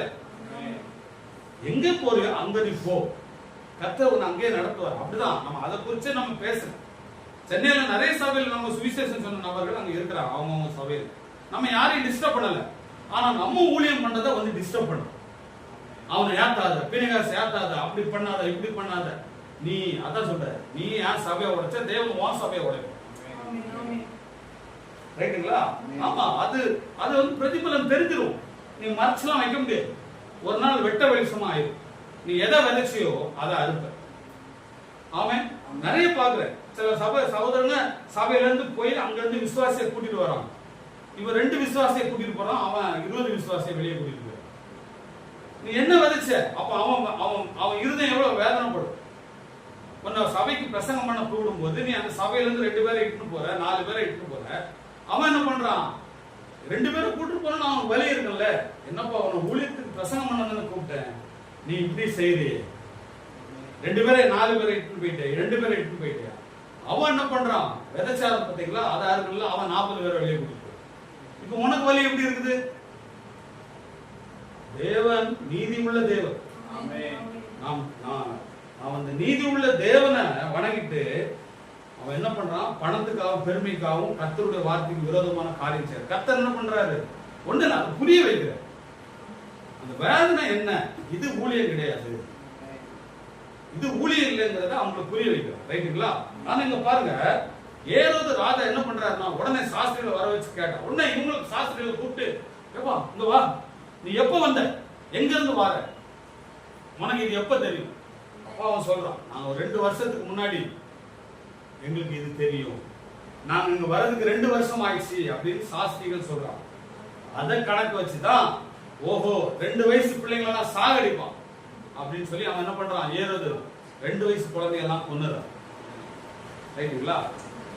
எதுக்கு இதை சொல்றோம்னா, அன்னைக்கு கொலைகாரனா இருந்த ஏரோது என்ன பண்றான்னா வேதபாரர்களை சாஸ்திரியை கூப்பிட்டு விசாரிக்கிறான். ஆனா இன்றைக்கு எப்படி இருப்பாங்க பாருங்க, ஏரோதை விட மோசமான கொலைகாரங்களா இருக்கிறான். இருதயம், அந்த கொலைகார இருதயத்தை விட மோசமான இருதயம் உள்ளவர்களா இருக்கிறான். 2ஆம் வருகை குறித்து நம்ம 2ஆம் முறையாக 1963 வருடம் இயேசு கிறிஸ்து வந்து விட்டார் அப்படின்னு சொல்லி பேசுறோம். அது முன்னாடி வரைக்கும் நல்லா பேசிட்டு இருக்கிறோம். இயேசு கிறிஸ்து 1963 பிப்ரவரி 28 வந்து விட்டார் நம்ம சொன்ன அப்புறம் பேச மாட்டேங்கிறோம். நீ என்ன பண்ணிருக்கணும்? கூப்பிட்டு வா தம்பி வா, நாங்க வந்து ஊழியத்துக்கு வந்து 25 வருஷம் ஆச்சு, 50 வருஷம் ஆச்சு, 70 வருஷம் ஆச்சு, 15 வருஷம் ஆச்சு அப்படி சொல்றீங்களே, என்ன பண்ணணும்? வாங்கப்பா. எந்த செய்தியின் அடிப்படையில், எந்த வேத வார்த்தையின் அடிப்படையில இந்த காரியத்தை நீங்க பொறுத்துறீங்க? வாங்க நம்ம இதை குறிச்சு பேசுவோம் அப்படின்னு நீங்க கேட்கணும்ல, கேட்க மாட்டேங்கிறோம். ரைட்டுங்களா? கேட்க மாட்டேங்கிறான். ஆனா என்ன பண்றான்? ஊழியக்காரர் கூட்டம், ஊழியக்காரங்க மீட்டிங் சொல்லி அவங்க என்ன பண்றாங்க? என்ன பேசுறாங்க தெரியலையே. அவங்க கீழே கர்த்தர் ஆத்துமாக்களை கொடுத்துருக்காங்க. அந்த ஆத்துமாக்கு இவன் ரத்தப்பள்ளி இவன் தலைமையில தானே இருக்கும், பயமே இல்லை. ரைட்டுங்களா? 500 ஆத்மா வச்சிருக்கிற, 2000 ஆத்மா வச்சிருக்கிற, 50 ஆத்மா வச்சிருக்கிற, 15 ஆத்மா, அவங்க ரத்தப்பள்ளி எல்லாம் தலைமையில தான் இருக்குது. உள்ளத உள்ளபடியாக சரியான விதத்துல நம்ம சொல்லலைன்னா அந்த ரத்தப்பள்ளி எல்லாம் நம்ம தலைமையில தான். அப்ப என்ன பண்ற? இல்ல நம்ம தான் தவறா பேசுறோம் அப்படியாவது நினைச்சு, சகோதரன் வாங்க, உங்களை நேசிக்கிறேன், வேதத்தின் அடிப்படையில் நீங்க சொல்றது தவறு, வாங்க நம்ம பேசுவோம் அப்படின்னு ஒரு நாளாவது கூப்பிட்டு பேசணும்ல, பேச மாட்டேங்கிறான். ஆனா என்ன பண்றான்? விரோதமா பேசுறான். எப்படி பேசுறான் தெரியுமா? இவனை பிணைகாசை ஏத்தாதீங்க, பிணைகாசுக்கு இப்படி பண்ணிடுவோம், பிணைகாசு அப்படின்னு சொல்லி இந்த மாதிரி நல்லா பேசிட்டு இருந்தவங்க கூட. அதான் பாருங்க, இப்ப கூட சொன்ன பாத்தீங்களா, இந்த விசேஷத்துக்கு கூட ஒரு நல்ல விசேஷம், இந்த சகோதரம் மூலம் தானே இந்த திருமண காரியம் நடந்துச்சு. இந்த திருமண காரியத்துல நம்ம பிள்ளைங்களுக்கு தேவன் ஒரு பிள்ளையை கொடுத்தாரு. அப்ப அதற்கு சாட்சியா இருந்த சகோதரனை கூப்பிட்டு அவருக்கு ஒரு வாழ்த்து சொல்லணுமே அப்படின்னு கூட மனசு வரல. 10-15 பாஸ்டர்ஸ் இருக்கிறாங்க. எவ்வளவு பாரு, கடைசி காலத்துக்கான ஒரு சாட்சி. ஏன்? நம்ம 2ஆம் வருகையை அறிவிக்கிற ஒரே காரணத்துக்காக. நம்ம கூட சேர்ந்தா அவரை அடையாளப்படுத்துவாங்கன்னு சொல்லி அவர் சேர்க்கல. ஆனா அதனால பிரச்சனை இல்லை. ரைட்டுங்களா? ஆனா இந்த சம்பவம் என்ன பாத்தீங்கன்னா, இந்த காரியம் கர்த்தரால் உரைக்கப்பட்ட ஒரு காரியம் அப்படி நடந்து கூட அவங்களால அடையாளம் கண்டு கொள்ள முடியல. தீர்க்கதரிசிங்க சொல்றாரு பாருங்க, பாருங்க எப்படி பேசுறாரு.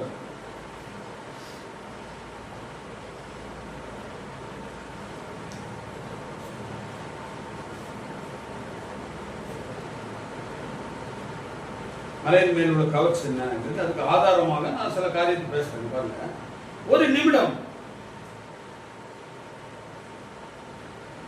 அவரை குறித்து முன்னுரைக்கப்பட்டுள்ள அனைத்தையும் அவர்கள் கடைசி வரைக்கும் கண்டு, எப்படி அவரை குறித்து முன்னுரைக்கப்பட்ட அனைத்தையும் அவர்கள் கடைசி வரைக்கும் கண்டு முடிவை அருகாமையில் உள்ளது என்பதை அறிந்திருந்தனர். முடிவு அருகாமையில் தான் இருக்கு அறிந்திருந்தனர். அவர்கள் அங்கே இருக்க விரும்பினர். எனவே அவர்கள் கவனித்துக் கொண்டிருந்தனர். கூட்டத்தில் ஒரு பாகம் சிறுபான்மையர் அவரை ஆதரித்தனர். பாத்தீங்களா? கூட்டத்துல ஒரு சிறுபான்மையர் அவர் ஆதரித்தனர். அவரை என்ன பண்ணாங்க?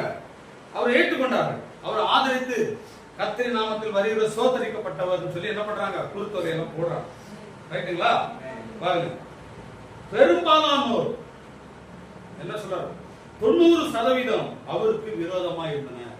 அதனால தான் சொல்றாங்க, சிலர் முன்குறிக்கப்பட்டவர் யாரு? சிலர், சின்ன கூட்டம் தான். பெருசாலாம் எதிர்பார்க்க எனக்கு அதுல எனக்கு வந்து அதுல ஒரு இதே கிடையாது. அதாவது பெருசு நிறைய பேர் வரணுங்கிறதுக்கு நான் எதிர்ப்பு தெரிவிக்கல. முன்குறிக்கப்பட்டவர்கள் எப்பவுமே சிலர் தான், எல்லா இடத்துலயும் சிலர் தான். 120 வருஷம் நோவா ஊழியம் பண்ணி 8 பேர் தான். 120 வருஷங்க ஒரு மகத்தான ஊழியத்தை மோசே நோவா ஊழியம் பண்ணி வெறும் 8 பேர் தான் பிழைக்கிறான். அது அவன் சொந்தக்காரன், மகனும் மருமக்கள் மனைவி, ரைட்டுங்களா? கொஞ்சம் பேர் தான். அது போலதான் பாருங்க, அதான் சொல்றது. பெரும்பாலும் 90% அவருக்கு இன்றைய மார்க்க சம்பந்தமான அன்னைக்குள்ளதை பேசிக்கிட்டு எப்பவுமே அது நல்லா கவனிக்கணும். இன்னைக்கு யார் சொல்றாரு, எப்படி சொல்றாருங்கிறது ரொம்ப முக்கியம். அன்னைக்கு சொன்னது போல இன்னைக்கு நமக்கு ஒரு முன்ன அறிவிப்பு கொடுக்கிறாரு, முன்னெச்சரிக்கையும் கொடுக்கிறாரு. அறிவிப்பு இருக்கும், அதே நேரத்தில் சேம் டைம் என்ன இருக்கு, எச்சரிக்கையும் இருக்கும். இன்னைக்கு மார்க்க சம்பந்தமான ஜனக்கூட்டமும் அவ்வாறே உள்ளது. மார்க்க சம்பந்தமான ஏன் சபை, எங்க பாஸ்டர், அதான் மார்க்கம். பாருங்க, வார்த்தையும் கிறிஸ்துவும் என்னும் நிலைக்கு உண்மையிலே வரும்போது அதை விசுவாசிப்பவர் 1% மாத்திரமே. எப்படி? வார்த்தை நல்லா புரிஞ்சுக்கணும். அதனாலதான் நம்ம இந்த ஸ்கிரிப்சர் மாறவே இல்லை. ஆதியிலே வார்த்தை இருந்தது, அந்த வார்த்தை தேவனிடத்தில் இருந்தது, அந்த வார்த்தை தேவனாய் இருந்தது, அந்த வார்த்தை தான் மாமிசமாச்சு, அந்த வார்த்தை தான் இருபுறம் கருத்துள்ளப்பட்ட. புரியுதா? நல்லா புரிஞ்சுக்கணும். அதான் அப்பதான் உங்களுக்கு நான் வந்து புரிந்து கொள்ளுது. அப்படின்னா அந்த ராஜாவின் பட்டயம் என்ன, அது என்ன நடந்துச்சு, அது என்னவா இருக்குங்கிறத உங்களுக்கு தெளிவு புரிந்து கொள்வதற்கு இது ரொம்ப லகுவாக இருக்கும். ரைட்டுங்களா? 1% மற்றவர்களுக்கோ அதை குறித்து எவ்வித கவனமும் செலுத்தவில்லை. சொல்லப்பட்ட சகதையால் சொல்லப்பட்ட வசனம் தான் இங்க நிறைவேறுது. ஆனா அவனுக்கு அது எரிச்சல, அவனுக்கு அது தொந்தரவா இருக்கு. ஆனா ஒரு சில ஜனங்கள் வந்து என்ன பண்றாங்க, கண்டுபிடிச்சிட்டாங்க. ஓசன்னா, கிறிஸ்துவின் நாமத்தினால வருகிறவர் ஓசன்னா, ஓசன்னான்னு என்ன பண்றாங்க, அதுதான் அந்த சிஎன் குமார். ஆமே, அவன் என்ன பண்றா, எப்பவுமே ஆரவாரிப்பான். கர்த்தருடைய வருகை எப்பவுமே என்ன பண்ணுவா, ஆரவாரி. ஆமென். பாருங்க, அதை அவர் என்ன அற்புதங்கள் நடந்தாலும் அதை அவர்கள் தமாசாக எடுத்துக்கொண்டு கதவை படார் என்று மூடி விடுகின்றனர். அதே விதமாகத்தான் உள்ளது. காலப்போக்கில் காரியங்கள் அதிகம் மாறுவது கிடையாது. சரித்திரம் தன்னையே மறுபடியும் படைத்துக் கொள்கிறது. அன்னைக்கு நடந்து பார்த்தீங்கன்னா அது வரலாறு மாறிச்சு. அதுதான் இப்ப மறுபடியும் நடக்குது. ரைட்டுங்களா? பாருங்க,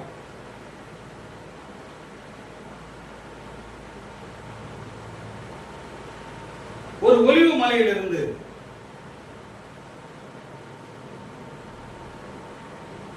அது ஒரு பயமுள்ள இரக்கத்தையே உருவாக்கியது என்று நாம் காண்கிறோம். அது அப்படிதான் செய்ய வேண்டும். அவர்கள் காத்திருந்தனர். அவர் அங்கு வந்து என்ன செய்ய போகிறார் என்று வியந்தனர். அவர் என்ன செய்தாலும் அதன் பலனை பெற அவர்கள் அங்கிருந்து விரும்பினர். ரைட்டுங்களா? அங்க இருக்க விரும்பினர்.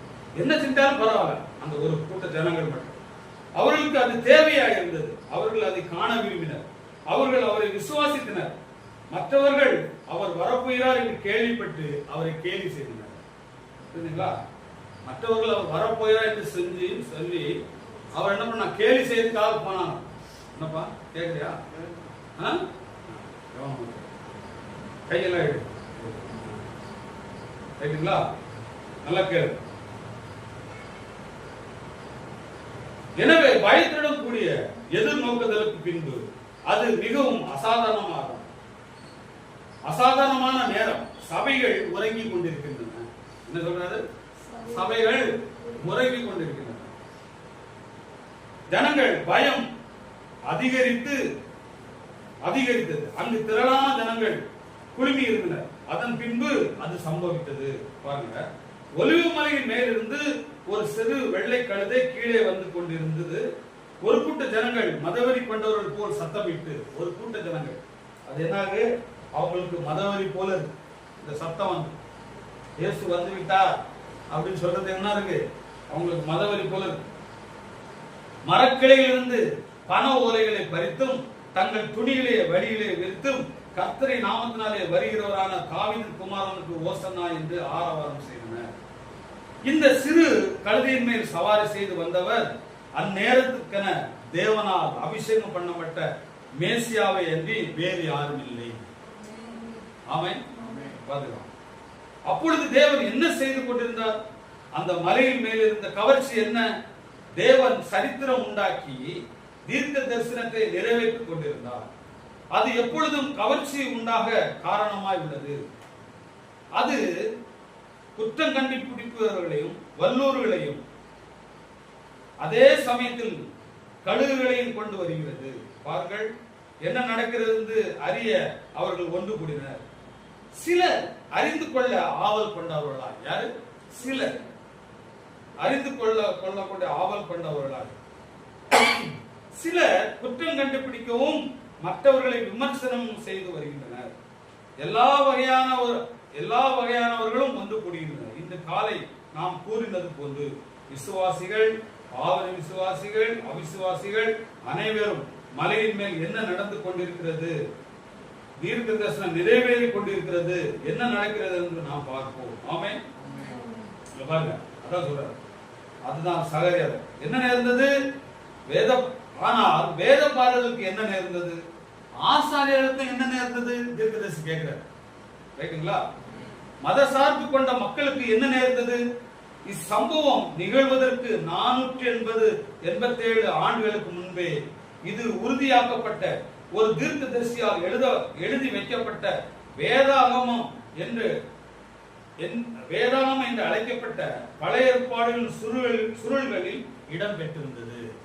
இது இல்லாதது வரல, சும்மா ஏதாச்சும் நடக்கல. வேதத்துல சொல்லப்பட்ட 487 வருஷத்துக்கு மேல 487 வருஷத்துல சகரியா தீர்க்கதரிசனம் போல சொல்லப்பட்டது. அது தீர்க்கதரிசி வேத பாடலுக்கு என்ன ஆச்சு? ஆசாரியர்களுக்கு என்ன ஆச்சு? சொல்லப்பட்டது போலதான் நடந்து கொண்டே இருக்கிறது. ரைட்டுங்களா? அது தீர்க்க தரிசனம் நிறைவேறுதல் என்பதை அவர்கள் ஏன் காண முடியவில்லை? இன்றைக்கு அவர்களால் காண முடியாத அதே காரணம் தான். செய்தி தலைப்பு என்ன? மலையின் மேல் உள்ள கவர்ச்சி என்னங்கிற செய்தியை தான் பேசுறாரு. ரைட்டுங்களா? அன்னைக்கு மலையின் மேல இயேசு கிறிஸ்து வந்ததை குறித்து பேசுறாரு. ரைட்டுங்களா? அன்னைக்கு சகரியா தீர்க்கதரிசனம் சொல்லப்பட்ட 9:9 சொல்லப்பட்ட வசனம் 21ஆம் அதிகாரத்துல நிறைவேறுதுங்கிறத எடுத்து அந்த ஸ்கிரிப்சர் எடுத்து பேசுறாரு. ஸ்கிரிப்சர் எடுத்து பேசிதான் பின்னாடி சபினா காண்பியா மலையில நடந்த விஷயத்தை பற்றி பேசுறாரு. ரைட்டுங்களா? அதுதான் எப்படி பொறுத்துறாரு புரியணுங்கிறதுக்காக இதே கொண்டு எங்கே கொண்டு பொறுத்தல தேவன் சரியான விதமா தான் பொறுத்துறாரு.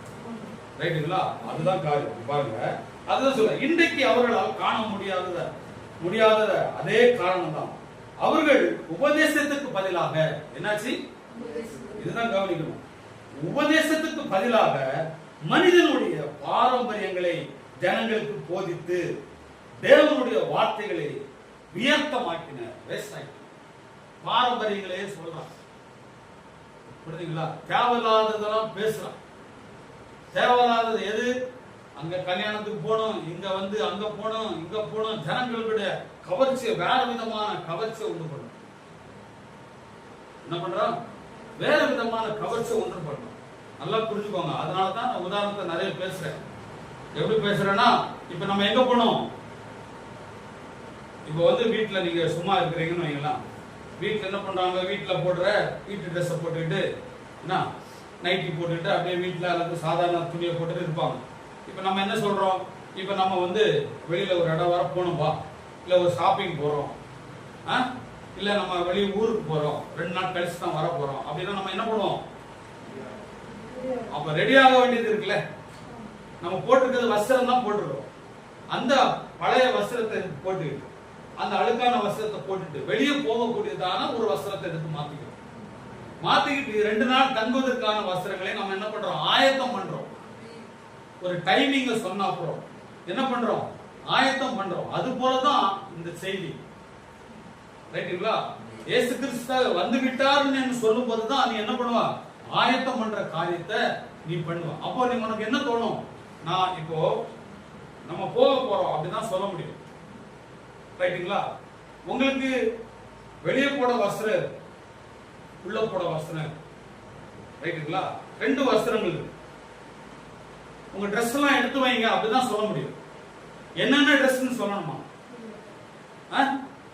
2 நாள் பிரயாணம் பண்ண போறோம், ஒரு 8 ஹவர் பிரயாணம் பண்ணுவோம் அப்படின்னு சொல்றோம். அப்ப என்ன பண்ணுவோம்?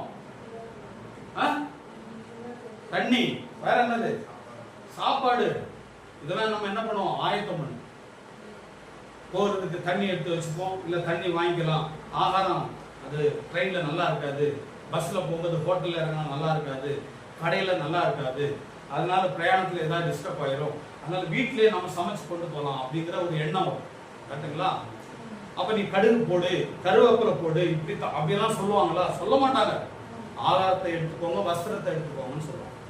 நீங்க தான் என்ன பண்ணுவீங்க? உங்களுக்கு என்ன தேவையான வஸ்திரத்தை நீங்களே யோசிச்சு எடுப்பீங்க. அது போல கர்த்தர் வந்து விட்டார் அப்படின்னு நீ சொல்லும் போது நீ என்ன பண்ண? உன்னை ஆயத்தப்படுத்துவ. அப்போ உன்னை விபச்சாரம் செய்யாத, பொய் பேசாத, திருடாத, புருஷனுக்கு விரோதமா ஜீவிக்காத, கணவனுக்கு விரோதமா ஜீவிக்காத, மனைவிக்கு விரோதமா ஜீவிக்காத, தாய் தகப்பனுக்கு விரோதமா ஜீவிக்காத, உன் வாயில வயதை கரப்படுத்திக்காத, இதெல்லாம் சொல்ல வேண்டாம். அவன் ஆயத்தம் ஆகிடுவான். ஆமென். நீ தேவன் வந்து விட்டார் அது மட்டும் சொன்னா போதும், அவன் ஆயத்தம் ஆயிடும். அந்த அறிவிப்பு செய்யாதனாலதான் அவனுக்கு ஆயத்தமாகிற அந்த உணர்வே வரல. ஏன்னா அவனுக்கு நீ அறிவிப்பு சொல்லல. அதனால என்ன பண்ற? இதெல்லாம் சொல்ல வேண்டிய அவசியம் இல்லை. வஸ்திரம் போட்டு வீட்டுல உட்காருங்க, நீங்க சாப்பிடுங்க, நேரத்துக்கு சாப்பிடுங்க, இதெல்லாம் சொல்லணுமா? யாருமே சொல்ல வேண்டாம். பொய் பேசாத சொல்லணுமா? விபச்சாரம், இதெல்லாம் என்ன பேச்சு? இது ஒரு செய்தியே கிடையாது. உன்னை ஞானஸ்தானம் எடுத்துக்கொண்டு சொல்லணும் அவசியமே கிடையாது. அவன் என்ன பண்ணுவான்? ஆயத்தம் ஆகிறதுக்கு முதல்ல என்ன பண்ணணும்? பாக்ஸ்ல தான் என்ன பண்ணணும்? துணிமணி எல்லாம் வைக்கணும். சாப்பாடு செஞ்சா அதை பார்சல் பண்றதுக்கு அதுக்கு ஒரு, அப்ப நீ ஆயத்தம் பண்றதுக்கு முதல்ல என்ன பண்ணுவ? துணி வஸ்திரத்தை மாத்துறதுக்கு முன்னாடி என்ன பண்ணுவ? குளிப்ப. உன்னை ஆயத்தம் பண்றதுக்கு என்ன அவன் முதல்ல யோசிப்பான். முதலாவது என்னன்னா மனம் திரும்பணும். ஆயத்தம் ஆகிறதுக்கு மனம் திரும்பணும். 2வது என்ன பண்ணணும்? அவன் தன்னை குளிக்கணும். அவன் என்ன பண்ணுவான்? ஞானஸ்தானத்துக்கு ரெடி ஆயிடுவான், ஞானஸ்தானம் எடுக்காதவன். 3வது அவன் என்ன பண்ணுவான்? பழைய வஸ்திரத்தை தூக்கி பழைய ஜீவித்தெல்லாம் தள்ளி போட்டுருவான். புது ஜீவியமா மாறணுங்கிறதுக்காக புது வஸ்திரத்தை போடுறதுக்கு வரும். அந்த வார்த்தையின் வஸ்திரத்தை உடுத்துக்கணும். அது ஆட்டோமேட்டிக்காவே நடத்தணும். சகோதர சகோதரி, இதெல்லாம் சொல்ல வேண்டிய அவசியம். கர்த்தர் வந்து விட்டார், அவன் ஆயத்தம் ஆயிடும். நீ வந்து விட்டாருங்கிறத பாரு, தேடு. ரைட்டுங்களா? இல்லைன்னா தெரிஞ்சுக்கோ. இதுல ஈகோ ஒண்ணுமே கிடையாது. ஜனங்களுக்கு ஈகோ. இன்னைக்கு வந்தவன்ட்ட, ஊழியத்துக்கு வந்தவன்ட்ட போய் கேட்கணுமா? இன்னைக்கு வரலங்க, எல்லாமே கர்த்தருடைய வார்த்தைங்க. நம்ம கர்த்தருடைய வார்த்தையில எடுத்து பேசுறேங்க. ஆமென். அது நீங்க பாருங்க, ஜோடிச்சு பாருங்க, வினாவுங்க, கேளுங்க. எதப்பா சொல்ற, எப்படிப்பா சொல்ற, இத்தனை வருஷமா இருக்கம்பா அந்த செய்தி நான் படிச்சுட்டு எந்த வார்த்தை எதுல சேர்க்கிறேன், எப்படி மேட்ச் ஆகுது சொல்லு பார்க்கலாம். நம்ம அதனாலதான் எடுத்து வாசிக்கிறோம். தீர்க்கதரிசி சொன்ன காரியங்களை எடுத்து வாசிக்கிறோம். ஆமென். ஆமா. அதனால பாருங்க, ஜனங்க பாரம்பரியம் பாரம்பரியம். அன்னைக்கு சாபனம் என்ன, சாபனம் எண்ணங்கள் எண்ணியும் போகல. பிபிஎஸ், யூத் மீட்டிங், இதெல்லாம் தீர்க்கதரிசிலாம் நடத்தலைங்க. பாஸ்டர்ஸ் மீட்டிங் இதெல்லாம் நடத்தல. அவர் கூப்பிட்டு கேள்வி கேட்டாங்க, தெரிஞ்சுக்கிறதுக்காக கேள்வி கேட்டாங்க. நேரங்கள் அப்படியே ஊழியக்காரர் ஐக்கியம் அப்படின்னு ஸ்தாபனங்க, பெருவிழா, வாலிபர் திருவிழா, இதெல்லாம் நடத்துறதை இவன் மைண்ட்ல வச்சுட்டு இந்த மாதிரியே பாரம்பரியம் இன்னும் போகுது. ஆனா வார்த்தையெல்லாம் என்ன பண்றான்? அதெல்லாம் வேஸ்ட் ஆகிக்கிறான். என்ன பண்றான்? வேணா அதை என்ன பண்றான்? நிறுத்தம் ஆகிறான். வேத பாரகரும் போதகர்களும் ஊழியக்காரரும் ஆவிக்குரியவர்களும் அபிஷேகம் பண்ணப்பட்டவர்கள் வேதத்தை மாத்திரம் படிப்பார்களானால், என்ன சொல்றாரு? வேத பாரகரும் போதகர்களும் ஊழியக்காரரும் ஆவிக்குரியவர்களும் அபிஷேகம் பண்ணப்பட்டவர்களும் வேதத்தை மாத்திரம் படிப்பார்களானால் என்ன நடந்து கொண்டிருக்கிறது என்பதை குறித்து வியப்படைய மாட்டார்கள். ஆமென். அது என்னவென்று அவர்கள் அறிந்து கொள்வார்கள். அது தேவன் தமது வார்த்தையை நிறைவேற்றுவதாகும். அல்லேலூயா. சரித்திரம் உண்டாகிக் கொண்டே இருக்கிறது. தீர்க்க தரிசனம் நிறைவேறிக் கொண்டே இருந்தது. உலகத்திற்கு ரட்சிப்பு வந்து கொண்டே இருந்தது. எல்லா தீர்க்க தரிசிகளும் எதிர்நோக்கி இருந்த அந்த மகத்தான நாள் வந்து கொண்டிருந்தது. கல்லறையிலிருந்து அனைவரும் அந்த நாளை எதிர்நோக்கி இருந்தனர். அது உண்மை. சற்று சிந்தித்து பாருங்கள். மரித்தோர் அனைவரும், அதாவது தங்கள் ரத்தத்தை சிந்தி இரத்த சாட்சிகளாக மரித்த நீதிமான்களும் தீர்க்கதரிசிகளும் அப்பொழுது அவர் அவ்வாறு தான் கூக்குரலிட்டார். எருசலேமே எருசலேமே, தீர்க்கதரிசிகளை கொலை செய்து கோழி தன் குஞ்சுகள் தன் சிறகுகளை கூட்டி சேர்ப்பது போல சேர்த்துக் கொள்ளும் வண்ணமாக நான் எத்தனை தரமோ உன் பிள்ளைகளை கூட்டி சேர்த்துக் கொள்ள மனதாயிருந்தேன், உங்களுக்கோ மனதில்லாமல் போயிட்டு. யார் பேசுறா? இயேசு கிறிஸ்து சொல்றார். ஆமென். கல்லறையில் உள்ள எப்படி சொல்றாரு? கல்லறையில் உள்ள ஆபிரகாம், ஈசாக்கு, யாக்கோபு எல்லா தீர்க்கதரிசிகளும் இந்த நேரத்துக்காக காத்து கொண்டிருந்தனர். புரியுதுங்களா? ஆனால் சபையோ அதற்கு குருடாய் இருந்தது. யார் இப்படி இரைச்சல் உண்டாக்க காரணமாக உள்ளது? ஒரு சமயம் அவ்வாறு கூறின அந்த மனிதன் யார் அப்படின்னு கேட்கிறான். இவன் இங்குள்ள தச்சனின் குமாரன் அல்லவா? எப்படி? இவன் தச்சனின் குமாரன் அல்லவா? அவனை எங்களுக்கு தெரியுமே. அவனுக்கு எங்கிருந்து இந்த ஞானம் வந்தது? அவன் தமது வேத பாடியில் ஒன்று கூட தொடர்பு கொள்ளாதவர்களாய். இவன் ஒரு நாள் கூட பாஸ்டர்ஸ் மீட்டிங் வரல. நம்ம எக்ஸ்பீரியன்ஸ் கிடையாது. அவனுக்கு இங்கிலீஷ் தெரியாது, கோட்டு போட மாட்டேங்கிறான், டை கட்ட மாட்டேங்கிறான். அவன் எந்த புத்தகத்தை படித்தவனாகவும் தெரியவில்லை. அவன் யார் என்றனர். அவர் தீர்க்கதரிசி உரைத்த தீர்க்கதரிசனத்துக்கு விடையாக அமர்ந்திருந்தார். என்ன சொல்றாரு பாருங்க? தீர்க்கதரிசி உரைத்த தீர்க்க தரிசனத்துக்கு விடையாக அமர்ந்திருந்தார். ஆமென். பாருங்க, அவர் அந்த கழுதை குட்டியின் மேல் சவாரி செய்து இதோ வருகிறார். கவர்ச்சி என்ன பாருங்க. இதோ வருகிறார் சொல்லி இயேசு கிறிஸ்து அன்னைக்கு சொல்லப்பட்ட வார்த்தை இயேசு கிறிஸ்து மேல சொல்லி, அதுதான் அதோட கவர்ச்சி. தேவன் தாம் வாக்குத்தத்தம் செய்த வார்த்தைகளை நிறைவேற்றிக் கொண்டிருந்தார்.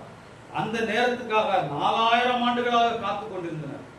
ஆதியாகமம் 3ஆம் அதிகாரம் 14ஆம் வசனத்தில் தேவன் ஸ்திரீயின் வித்து சர்ப்பத்தின் தலை நசுக்குவார், ஆனால் அவனோ அவர் குதிங்காலை நசுக்குவான் என்று முன்னுரைத்தார். இந்த மனிதன் வரப்போகிறார் என்று அந்த தீர்க்க தரிசனம் தொடங்கி வழி வழியாக அநேக தீர்க்க தரிசனங்கள் வேதத்தில் முன்னுரைக்கப்பட்டுள்ளன. என்ன சொல்றாரு பாத்தீங்களா? இது எங்களோட நிறைவேறுதல் 4000 வருஷமா காத்திருந்தான். ஸ்ரீயின் வித்துக்கும் உன் வித்துக்கும் பகை உண்டாக்கும் சொன்னார் பாத்தீங்களா? அதனுடைய நிறைவேறு. ஆமென். அண்மையில் அவர்கள் மத்தியில் ஒரு தீர்க்கதரிசி தோன்றினார். அவன் தான் உறுதியாக்கப்பட்ட தீர்க்கதரிசியாகிய சகரியா. அவன் எருசலேம் குமார்த்திகளே, சீயோன் குமார்த்திகளே, களி கூறுங்கள், கெம்பீருங்கள், சத்தமிடுங்கள். உங்கள் ராஜா சார்ந்த குணமுள்ளவராய் தாழ்மை உள்ளவராக கழுதை குட்டியின் மேலேறி உங்களிடத்தில் வருகிறார்கள். ஆமென். ஆனால் ஒவ்வொரு நாளும் வேதாகமத்தை தவறாமல், எப்படி பேசுறாரு? ஒவ்வொரு நாளும் வேதாகமத்தை தவறாமல் படித்து வந்தவர்கள் அவர் சவாரி செய்து வருவதை கண்டு இவர் யார் என்றனர். எப்படி பேசுறாரு? ஆமென். சகரியாவை டெய்லி சுருள் எடுத்து வாசிச்சவன் மலையின் மேல கழுத மேல ஒருத்தர் வாராரு. யாருடா இதுக்கு முன்னாடி நம்ம ஆசாரியங்க யாருமே கழுத மேல வரலையே, வேதபாரங்க யாரும் கழுத மேல வரலையே, புதுசா இவர் வேண்டா கழுத மேல கழுத குட்டி மேல வராரு அப்படின்னு டெய்லி வேத வாசித்தான் பாருங்க சகரியாவை. அவர் வாசிச்சவன் அவர் வரும்போது இவர் யாருங்க? ஆமென். அது போலதான் இயேசு கிறிஸ்து சீசர், இயேசு கிறிஸ்து கூட இருந்த சீசர்கள் கூட எலியா முந்தி வர வேண்டுமே. என்ன கேக்குற? எலியா முந்தி வர வேண்டியது இருக்குது. எலியா முந்தி வந்தாயிட்டுன்னு அவர் சொல்றார். ஆமென். அவர்தான் நீங்க அரிசி கொண்டீங்க. எலியாக்காக காத்துதான் இருதயத்துல இருக்கு. அவன் என்ன பேசுறான்? நம்ம இயேசு கிறிஸ்தே கேட்கிறான். எலியா முந்தி வர வேண்டுமே. அப்பா எலியா வந்தாச்சு. கூட இருந்த சீசர்களே அவர் அறிந்து கொள்ள முடியும். ஆமென். ஏன் தெரியுங்களா? எதனால சொல்லுங்க போகலாம். எதனால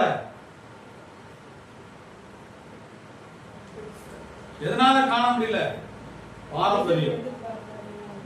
பாரம்பரியம் வந்து மோசமா உலகத்திலே உச்சக்கட்ட பாவம் என்னன்னா பாரம்பரியம்.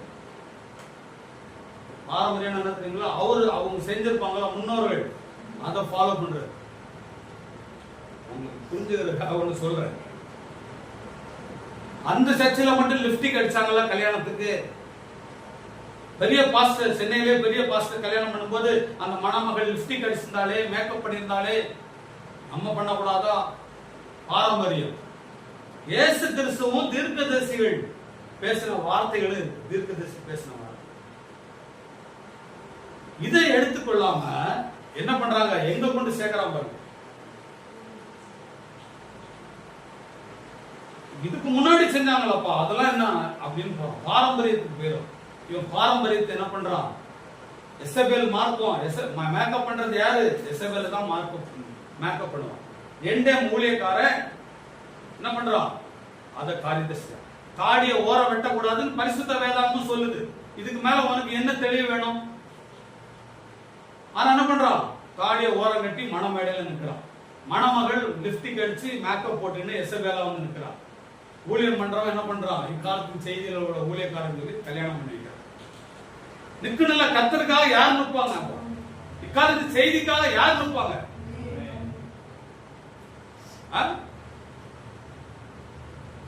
பாரம்பரியம்.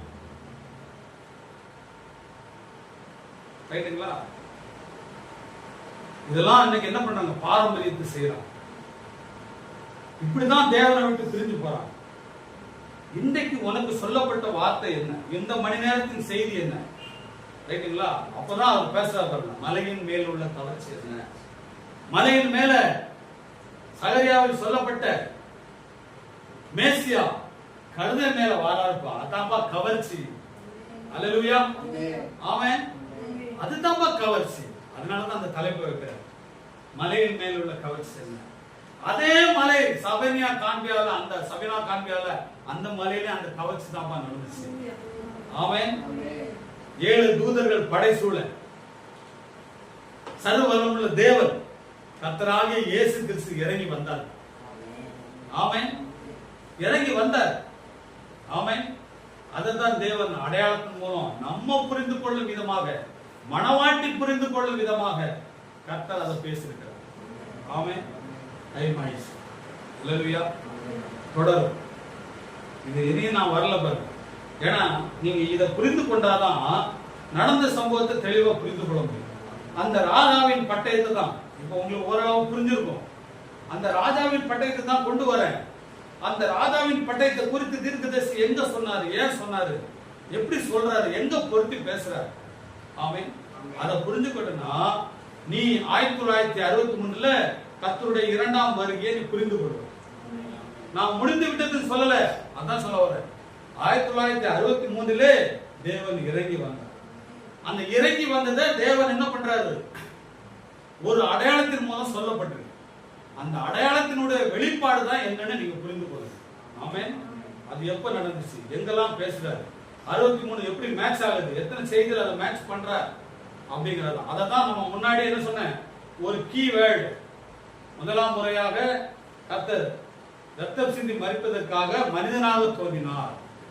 2வது முறையாக எடுத்துக் கொள்ளப்படுவதில்லை அவர் வருகிறார். 3வது முறையாக மணவாட்டி எடுத்துக் கொள்ளும்படியாக 2வது முறையாக வருகிறார். 3வது வாட்டி மணவாட்டியோட வருகிறார். மற்ற 3 வருகை தான் வந்து.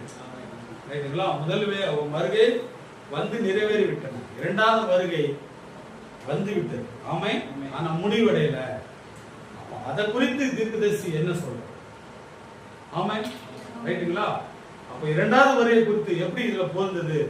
அந்த ராஜாவின் பட்டயம். ஆமென். அது அந்த ராஜாவின் பட்டயம். அந்த ராஜா கர்த்தராகிய இயேசு கிறிஸ்து. ஆமென். அது எங்க நடந்துச்சுன்னா சபினோ காண்பியாவிலே நடந்துச்சு. ஆமென். சபினோ காண்பியாவிலே அந்த காரியம் நடந்துச்சு. ஆமென். டைம் ஒன்றை மட்டும் வாசிக்கலாம். இது அதோட காரியமா பாருங்க.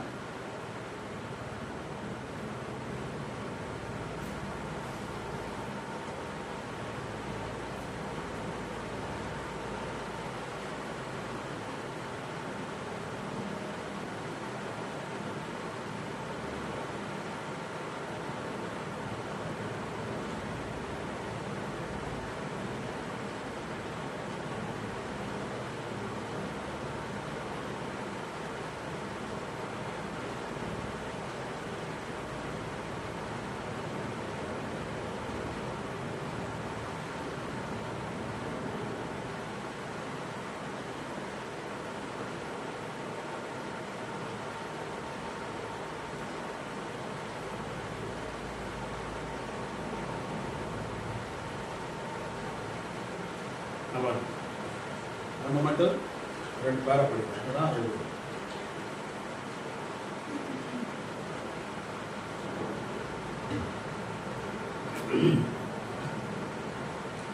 ஏன்னா ஒரு ஆதாரமாக இந்த மலையின் மேல் உள்ள கவர்ச்சி என்னங்கிற செய்தியில தான் நம்ம கொஞ்சம் எக்ஸாம்பிள் எடுத்துக்கிறோம். அதனால அந்த செய்தியில் உள்ள காரியத்தை நம்ம பேசுறோம். ரைட்டுங்களா? அப்ப தீர்க்கதரிசி அதை என்ன ஸ்கிரிப்சர்ல இருந்து எடுக்கிறாருன்னா சகரியா 9ஆம் அதிகாரம் 9ஆம் வசனமும் மத்திய 21ஆம் வசனமும் எடுத்தான் பேசுறாரு. அந்த மலையின் உள்ள கவர்ச்சி அதை தான் இங்க முடிக்கிறார் பாருங்க. ஒரு நாள் காலை கர்த்தர் என்னை எழுப்பி, நீ சபினோ மலை கணவாய்க்கு, சபினோ காணியான், அதான் இந்த மலை கணவாய்க்கு காணியான் சபினோ காணியான் சென்று அதன் மேலே ஏறு என்றார். நான் ஒரு காகித துண்டையும் வேதாமத்தை எடுத்துக்கொண்டேன். மனைவி எங்கே போகிறீர்கள் என்று கேட்டார். நான் எனக்கு தெரியாது, நான் திரும்பி வந்த பிறகு கூறுகிறேன் என்றேன். நான் அந்த மலை கணவாய்க்கு சென்று கழுகுகள் பறந்து கொண்டிருக்கும் இடத்துக்கு ஏறி சென்றேன். அங்கு நின்று கொண்டிருந்து ஒரு மானை கவனித்துக் கொண்டிருந்தேன். நான் ஜெபம் பண்ண முழங்கால் படியிட்டு என் கைகளை உயர்த்தினேன். அப்பொழுது ஒரு பட்டயம் என் கையில் விழுந்தது. நான் சுற்றுமுற்றும் பார்த்தேன். நான் இது என்ன, எனக்கு புத்தி மாறாட்டம் ஒன்றும் ஏற்படவில்லை. என் கையில் பளபளவென பட்டயம் இதோ உள்ளதே என்று நினைத்தேன். இந்த மலை கணவாயில் இருந்து அநேக மைல் தூரம் வரைக்கும் ஜனங்கள் யாருமே இல்லை. அது எங்கிருந்து வந்திருக்கும் என்று எண்ணினேன். அப்பொழுது அது ராஜாவின் பட்டயம் என்று கூறும் சத்தத்தை கேட்டேன். நான் ராஜாவின் பட்டத்தை கொண்டு ஒரு மனிதனுக்கு பட்டம் சூட்டுகிறார் என்றேன். அந்த சத்தம் மறுபடியும், அது ஒரு ராஜாவின் பட்டயம் அல்ல, அது அந்த ராஜாவின் பட்டயம். எப்படி? அது அந்த ராஜாவின் பட்டயம், தேவனுடைய வார்த்தை என்றது. The king's word. அது மேலும் பயப்படாதே, அது 3ஆம் இழுப்பு, அது உன் ஊழியத்தை உறுதிப்படுத்தும் ஒன்றாகும் என்றது. ஆமென். என்ன நடக்கப் போகிறது என்று அறியாதவனாய் நான் என் நண்புடன் வேட்டைக்கு புறப்பட்டுக் கொண்டிருந்தேன். அப்பொழுது ஒருவர் என்னை தொலைபேசி கூப்பிட்டார். அவர்தான் கர்த்தருடைய தூதன் உள்ள அந்த புகைப்படத்தை குறித்து குற்றம் கண்டுபிடித்தவர். அதை எடுத்தவர் அவரே. அவருடைய மகனின் விஷயமாக நான் ஹவுஸ்டனுக்கு போக வேண்டியதாக இருந்தது. ஆமென். பாருங்க, ஹவுஸ்டனுக்கு போக வேண்டியதாக இருந்தது.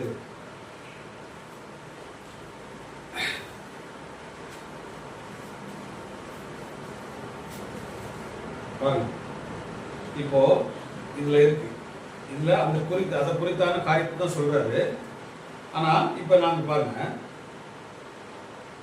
7 சீல்ல இருந்து அதை எடுத்து வாசிக்கிறோம். உங்களில் எத்தனை பேர் ஐயன் மீர் இதுவா சமயம் என்னும் என் செய்தியை வாசித்திருக்கிறீர்கள் அல்லது கேட்டிருக்கிறீர்கள்? உங்களுக்கு தெரியுமா? ஐயன் மீர் இதுவா சமயம். எப்படி? ஐயன் மீர் இதுவா சமயம் அப்படின்னு அவர் ஒரு தலைப்புல பேசுறாரு. ஏன்னா பாருங்க, அது என்னைய சற்று அலட்டி கொண்டிருக்கிறது. நீங்கள் இதுவரை கேட்காமல் இருந்திருந்தால் எப்படியாவது அதை நீங்கள் கேட்க வேண்டும் என்பதே என் விருப்பம். அந்த செய்தியை சொல்றார். அது ஒரு விதத்தில் என்னை அலட்டி கொண்டிருந்தது. ஆராதனை தொடங்கும் முன்பு நான் இதை கூற விரும்புகிறேன். ரைட்டுங்களா? ஏறக்குறைய ஒரு வாரம் அல்லது 10 நாட்களுக்கு முன்பு என் மன அமைதி குலைந்து போனது. அது என்ன என்று நான் அறியாதனால் என்னால் ஆராதனையும் கூட நடத்த முடியவில்லை. அந்த சம்பவம் அவரை என்ன பண்ணுது, ரொம்ப அவரை ஒரு மாதிரி ஆகிடுச்சு, கொலன்னு ஆகிடுச்சு. அதனாலதான் அவரே சொல்றார், எத்தனை முறையோ தேவனை நேருக்கு நேரா முகமுகமா பேசினவர், அவருடைய சத்தத்தை சிறு வயது முதலே கேட்டுக் கொண்டிருந்தவர். ரைட்டுங்களா? ஆனா இந்த சம்பவம் மட்டும்தான் அவரு ரொம்ப இதாயிடுச்சு. தன்னுடைய பிள்ளைகளுக்கான காரியத்தெல்லாம் அவர் ரெடி பண்ணலாம் போயிட்டாரு. மனைவிட்டு என்ன சொன்னாரு, நான் போயிட்டு திரும்பி வந்தோம்னா அதை சொல்றேன்பா. அந்த அளவுக்கு அந்த காரியம் அவரை ரொம்ப இதாச்சு. பாருங்க, அவர் சொல்றாரு, என் மன அமைதி குலைந்து போனது சொல்றாரு. அந்த சம்பவம் ஐயன் மீது இதுவா சமயத்துல காணப்பட்ட அந்த காட்சிகள், அந்த தரிசனங்கள் இவர் என்ன பண்ணிச்சு, ரொம்ப அலட்டிச்சு. மன அமைதியே குலைந்து போச்சு. சரியான ஆராதனை கூட அவரால் நடத்த முடியலன்னு சொல்றாரு. மோசமான ஏதோ ஒன்று, பாருங்க அதான் சொல்றோம்ல, மோசமான ஏதோ ஒன்று சம்பவிக்க போகிறது எனும் எண்ணம் மனதில் குடிகொண்டது சொல்றாரு. அது என்னவென்று எனக்கு புரியவில்லை. ஆகவே ஒரு நாள் விடியற் காலை நான் எழுந்து சபினா காணியாவுக்கு சென்றேன். அது என் வீட்டில் இருந்து 30 அல்லது 40 நிமிடங்கள் மோட்டார் பயணம் செய்யும் தொலைவில் உள்ளது. மலையின் மேல் செல்ல 30 மைல் நீளமும் ஒரு பாதையும் அமைக்கப்பட்டுள்ளது. அது ஒரு விஸ்தரமான ஸ்தலமாகும். நான் புறப்படும் ஸ்தலத்தில் உஷ்ணம் என்பது அல்லது 90 பாகைகளாக இருக்கும். ஆனால் நான் 30 நிமிடம் பிரயாணம் செய்து அந்த மலையின் உச்சியில் அடையும் போது அங்கு 8 அடி ஆழத்திற்கு பனி உறைந்திருக்கும். நீங்கள் பாருங்கள், நாங்கள் அண்மையில் பீனிக்ஸில் பட்டணத்தில் இருந்தபோது அங்கு உஷ்ணம் இருப்பது போல 20-28 பாகைகளாக இருந்தது. நீச்சல் குளத்தை அவர்கள் அதன் காரணமாக உஷ்ணப்படுத்த வேண்டியதா இருந்தது. அந்த குளிருடைய அந்த அளவு சொல்றார், ரைட்டுங்களா? பாருங்க. ஆனால் இப்போது நான் மலைக்கு சென்று என்னால் ஏற முடிந்த அளவுக்கு நான் உயரே சென்றேன். அங்க உட்கார்ந்து கொண்டு என் அமைதி குலைந்ததற்கான காரணம் என்ன? நான் கர்த்தரிடம் கேட்டேன், எனக்கு என்ன செய்வதற்கு புரியவில்லை. நான் அவ்வாறு ஜெபித்துக் கொண்டிருக்கும் ஒரு சமயம் ஒரு விசித்திரமான சம்பவம் நிகழ்ந்தது.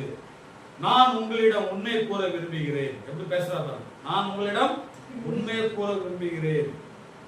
நான் ஒரு கால் அங்கு உறங்கி இருக்கலாம், அல்லது நினைவு இழந்த நிலையில் நான் இருந்திருக்க கூடும், அல்லது அது ஒரு தரிசனமாக இருந்திருக்கலாம்.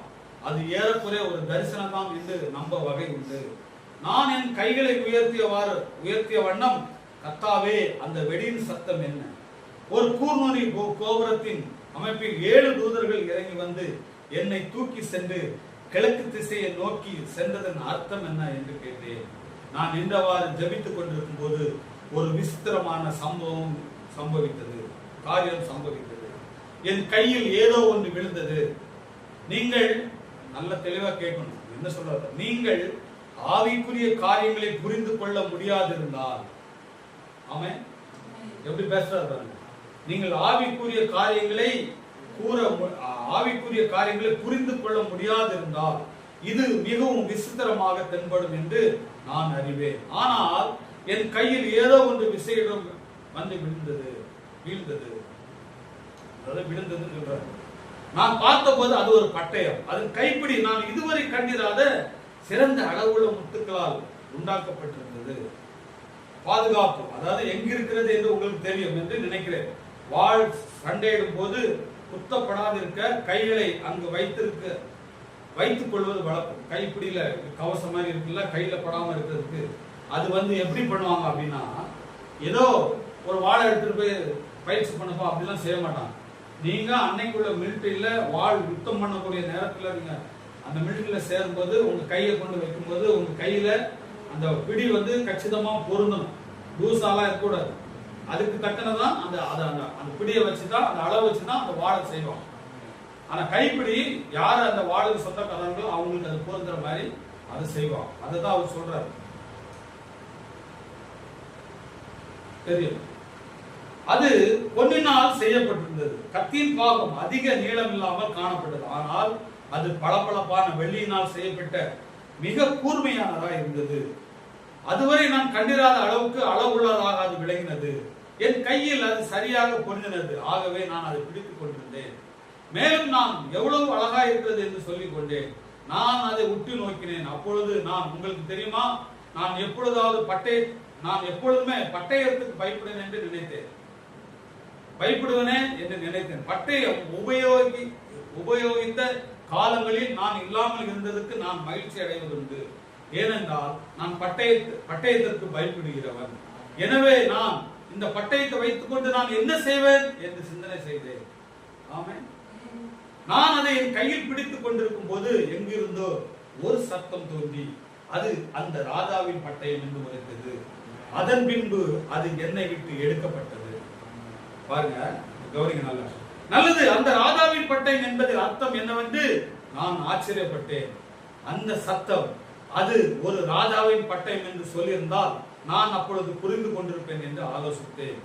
ஆனால் அது அந்த ராஜாவின் பட்டயம், தி கிங்ஸ் வேர்ட் என்று கூறினது. ரைட்டுங்களா? டிங்கிறது ஒருத்தருக்கு தான் சொல்லும். ரைட்டுங்களா?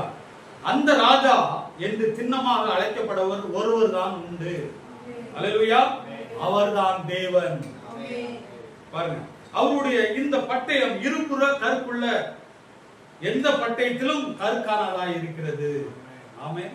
அதுதான் சொல்றேன், ஆவிக்குரிய சிந்தனை எப்பவுமே. ஆமென். பாருங்க, நீங்கள் என்னிலும் என் வார்த்தையிலும் உங்களில் நிலைத்திருந்தால், பட்டயம் என்னது? வார்த்தை. ஆமென். ஆகவே நான் நினைத்தேன். பாருங்க, ஆனா என்ன பண்றா பாருங்க, நீங்கள் பாருங்கள், வாழ்போரை குறித்த எந்த விதிமுறைகளும் எனக்கு தெரியாது. ஆனால் சண்டையிடும் இருவரும், நீங்களும் உங்களுடைய எதிரியாளியும், ஒருவர் பட்டயத்தின் மேல் ஒருவரின் பட்டயம் அமரும் நிலைக்கு வரும்போது, அதாவது லாக் பண்ணி கொடுப்பாங்கல்ல, வாழை வச்சு மாறி மாறி லாக் பண்ணி கொடுப்பாங்க. நம்ம அந்த பழைய படங்கள் எல்லாம் பார்த்துருக்கும் போது வாள் சண்டை நடக்கும்போது அப்படிதான், இப்படி வாள் அவங்க கையில நெஞ்சுக்குள்ளே போகும், இப்படி இங்க வரும், அந்த மாதிரிலாம் எடுப்பாங்க. அதுதான் பட்டயத்தின் சண்டை, ரைட்டுங்களா? அதுதான் சொல்றாரு பாருங்க. அதன் பிறகு ஒருவர் கையில் ஒருவர் வந்து, அதன் பிறகு வெற்றி போராடுவரின் பலத்தை சார்ந்தது. யாருக்கு பலம் நிறைய இருக்கும்? என்னுடைய இருதயத்தை நோக்கியும், ஏனெனில் அதாவது அவருடைய பட்டயம் இந்த விதமாக என்னுடைய இருதயத்தை நோக்கியும், என்னுடைய பட்டய முனைகள் அவனுடைய இருதயத்தை நோக்கியும் இருக்கும் அப்படின்னு சொல்லி சொல்றாரு, ரைட்டுங்களா? பாருங்க, அவர்கள் போரிடும் போது அந்த இரு ஆட்கள் ஒன்றையொன்று மோதிக்கொள்ளின, ரைட்டுங்களா? அதிக பலம் பொருந்தினவன் பட்டயத்தை எதிரின் இருதயத்தில் ஊடுருவ செய்வான். எனவே அது அப்படின்னு சொல்றாரு, ரைட்டுங்களா? அவ்வாறே தேவனுடைய வார்த்தை பட்டயமாய் இருப்பினும் அதை எதிராளியின் இருதயத்தில் பாய செய்ய பலத்த விசுவாசம் என்னும் பலமுள்ள கை தேவைப்படுகிறதா? புரியுதா உங்களுக்கு? ஆமென். பலத்த விசுவாசமான ஒரு கை அவருக்கு தேவைப்படுகிறது. ஆமென். அதுதான் பாருங்க, இப்பொழுது நான் இவைகளில் ஒன்றை அறியாதவனாய், ஆகவே நான் அவரிடத்தில் பெற்றதை எல்லாம் உங்களிடத்தில் கூறிவிட்டேன். நல்ல கவனிங்க, என்ன சொல்றாரு? இப்போது பட்டயங்கிறது வார்த்தை, அதுக்கு பலமுள்ள ஒரு கை தேவைப்படுகிறது. இப்ப அது யார் கையில விழுந்தது? பலத்த விசுவாசம் என்னும் ஒரு கை தேவைப்படுச்சு. இப்ப யாருக்கு கையில விழுந்துச்சு? தீர்க்கதரிசி. அது யாருக்கு கச்சிதமா பொருந்துச்சுன்னு சொல்றாரு. பட்டயம் என்னது? தேவனுடைய வார்த்தை. பட்டயம் என்னது? அதுதான் தேவன். அல்லேலூயா, ரைட்டுங்களா? ஆகவே அது யாருக்கு வந்துச்சு? இப்ப பாருங்க, அதை சொல்லிட்டு கீழே சொல்றாரு, பலத்த விசுவாசம் என்னும் பலமுள்ள கை தேவைப்படுகிறது. இப்பொழுது நான் இவைகளில் ஒன்றையும் அறியாதவனாய், நான் அவரிடத்தில் பெற்றதையெல்லாம் உங்களிடத்தில் கூறிவிட்டேன். அடுத்த வார்த்தை கேளுங்க. நமது கர்த்தரும் பிதாவினிடத்திலிருந்து அவர் பெற்றத அனைத்தையும் ஒன்றையும் மறைக்காமல் எடுத்து கூறியிருக்கிறார். எனவே அவைகள் வெளிப்படும் போது நான் அந்த காரியங்களை அவ்வாறு செய்ய வேண்டும். இப்பொழுது நீங்கள் உண்மையாகவே ஞானம் உள்ளவர்களாய் ஜெபம் செய்து கொண்டிருந்தால் வெகு விரைவில் முக்கியமான ஒன்றை புரிந்து கொள்வீர்கள் என்று நான் நிச்சயம் கொண்டிருக்கிறேன். இப்பொழுது அது கூடிய சீக்கிரத்தில் வெளிப்படும். அல்லேலூயா, இத சொல்ற, ரைட்டுங்களா? இப்ப அந்த விசுவாசம் யாருக்கு? விசுவாசம் உள்ள கைக்கு வந்து அது கச்சிதமா பொருந்துச்சு. ஆமென். என்ன பண்றாரு? தேவனும் அந்த தீர்க்கதரிசிக்குள்ள இறங்குற காரியத்தை தான் அது சொல்றாரு. ஆமென். அதுதான் நம்ம தொடர்ந்து பார்க்கணும், ரைட்டுங்களா? அந்த பட்டை என்னது? அது தேவனே. அது தேவனோட வார்த்தையும் தேவனும் ஒன்றுதான், ரைட்டுங்களா? அதுக்கு விசுவாசம் உள்ள கை தேவைப்பட்டுச்சு. அந்த விசுவாசம் உள்ள கை தான் எதிராளி இருதயத்துக்குள்ள பாய செய்யும். அப்படி அந்த பட்டயமாகிய வார்த்தை தீர்க்கதரிசிக்குள்ள அந்த விசுவாசம் என்ன பட்டயம் அவருக்குள்ள வந்து அந்த பட்டயமான வார்த்தை இப்ப நம்ம இருதயத்துக்குள்ள பாய்ந்து விட்டது. அல்லேலூயா. தேவனுடைய வார்த்தை என்னது? தீர்க்கதரிசி மூலமாக நம்ம இருதயத்துக்குள்ள பாய்ந்து விட்டது. அதனாலதான் நம்ம இதை குறித்து பேசுகிறோம். ஆமென். அதனால இனி அதை குறித்து என்ன பேசுறோம் என்பதை நாம் தொடர்ந்து வருகிற வாரங்களில் நாம் பார்ப்போம். இது ஏன்னா இதுதான் காலத்தின் செய்தியிலே முக்கியமான ஒரு காரியம். இந்த காரியத்தை நீங்க புரிந்து கொண்டாதான் இந்த செய்தியை உங்களுக்கு புரியும். இல்லைன்னா இந்த செய்தியை புரியாது. இது யார் மூலம் பேசப்பட்டது, இங்க தீர்க்கதரிசியோட பாகம் என்ன, தேவன் யார் மூலம் பேசுறாருங்கிற காரியத்தை நீங்க புரிந்து கொள்ள முடியும். ஆமென். யாரும் என்று ஜெபிக்கலாம். ஸ்தோத்திரம் ஆண்டவரே, இம்மட்டுமாய் வழி நடத்துகிற தேவனே ஸ்தோத்திரிக்கிறோம். கர்த்தாவே இப்பொழுதும் ஆண்டவரே உங்களுடைய வார்த்தையை கேட்ட விதமாக ஆண்டவரே நீர் வார்த்தையாய் எங்கள் தீர்க்கதரிசிக்குள் இறங்கி வந்தீர் என்பதை நாங்கள் விசுவாசிக்கிறோம் ஆண்டவரே. காரணம் ஆண்டவரே, இந்த கடைசி காலத்தில் உங்களுடைய வார்த்தையை முழுமையாக விசுவாசிக்கிற ஒரு விசுவாசம் உள்ள கரம் அது வில்லியம் மரியன் பெண்ணாமாய் இருக்கிறது ராஜா. பட்டயம் நீராய் இருக்கிறீர் ஆண்டவரே. ஆண்டவரே, நீர் அவர் மூலம் எங்கள் இருதயத்திலே இறங்கினதுக்காக உமக்கு நன்றி செலுத்துகிறோம் ஆண்டவரே. நாங்கள் வாசிக்கிற நீர் தெரிந்து கொண்ட உம்முடைய ஊழியக்காரன் எங்கள் தீர்க்கதரிசியுமாகிய வில்லியம் மரியன் பிரெண்டாம் மூலம் பேசப்பட்ட ஒவ்வொரு வார்த்தையை நாங்கள் ஆம் என்றும் ஆமேன் என்றும் அல்லேலூயா அல்லேலூயா அல்லேலூயா ஆம் என்றும் ஆமேன் என்றும் அந்த ஒரே புரிந்து கொள்ள திரும்ப செய்ததற்காக நன்றி செலுத்துகிறேன்.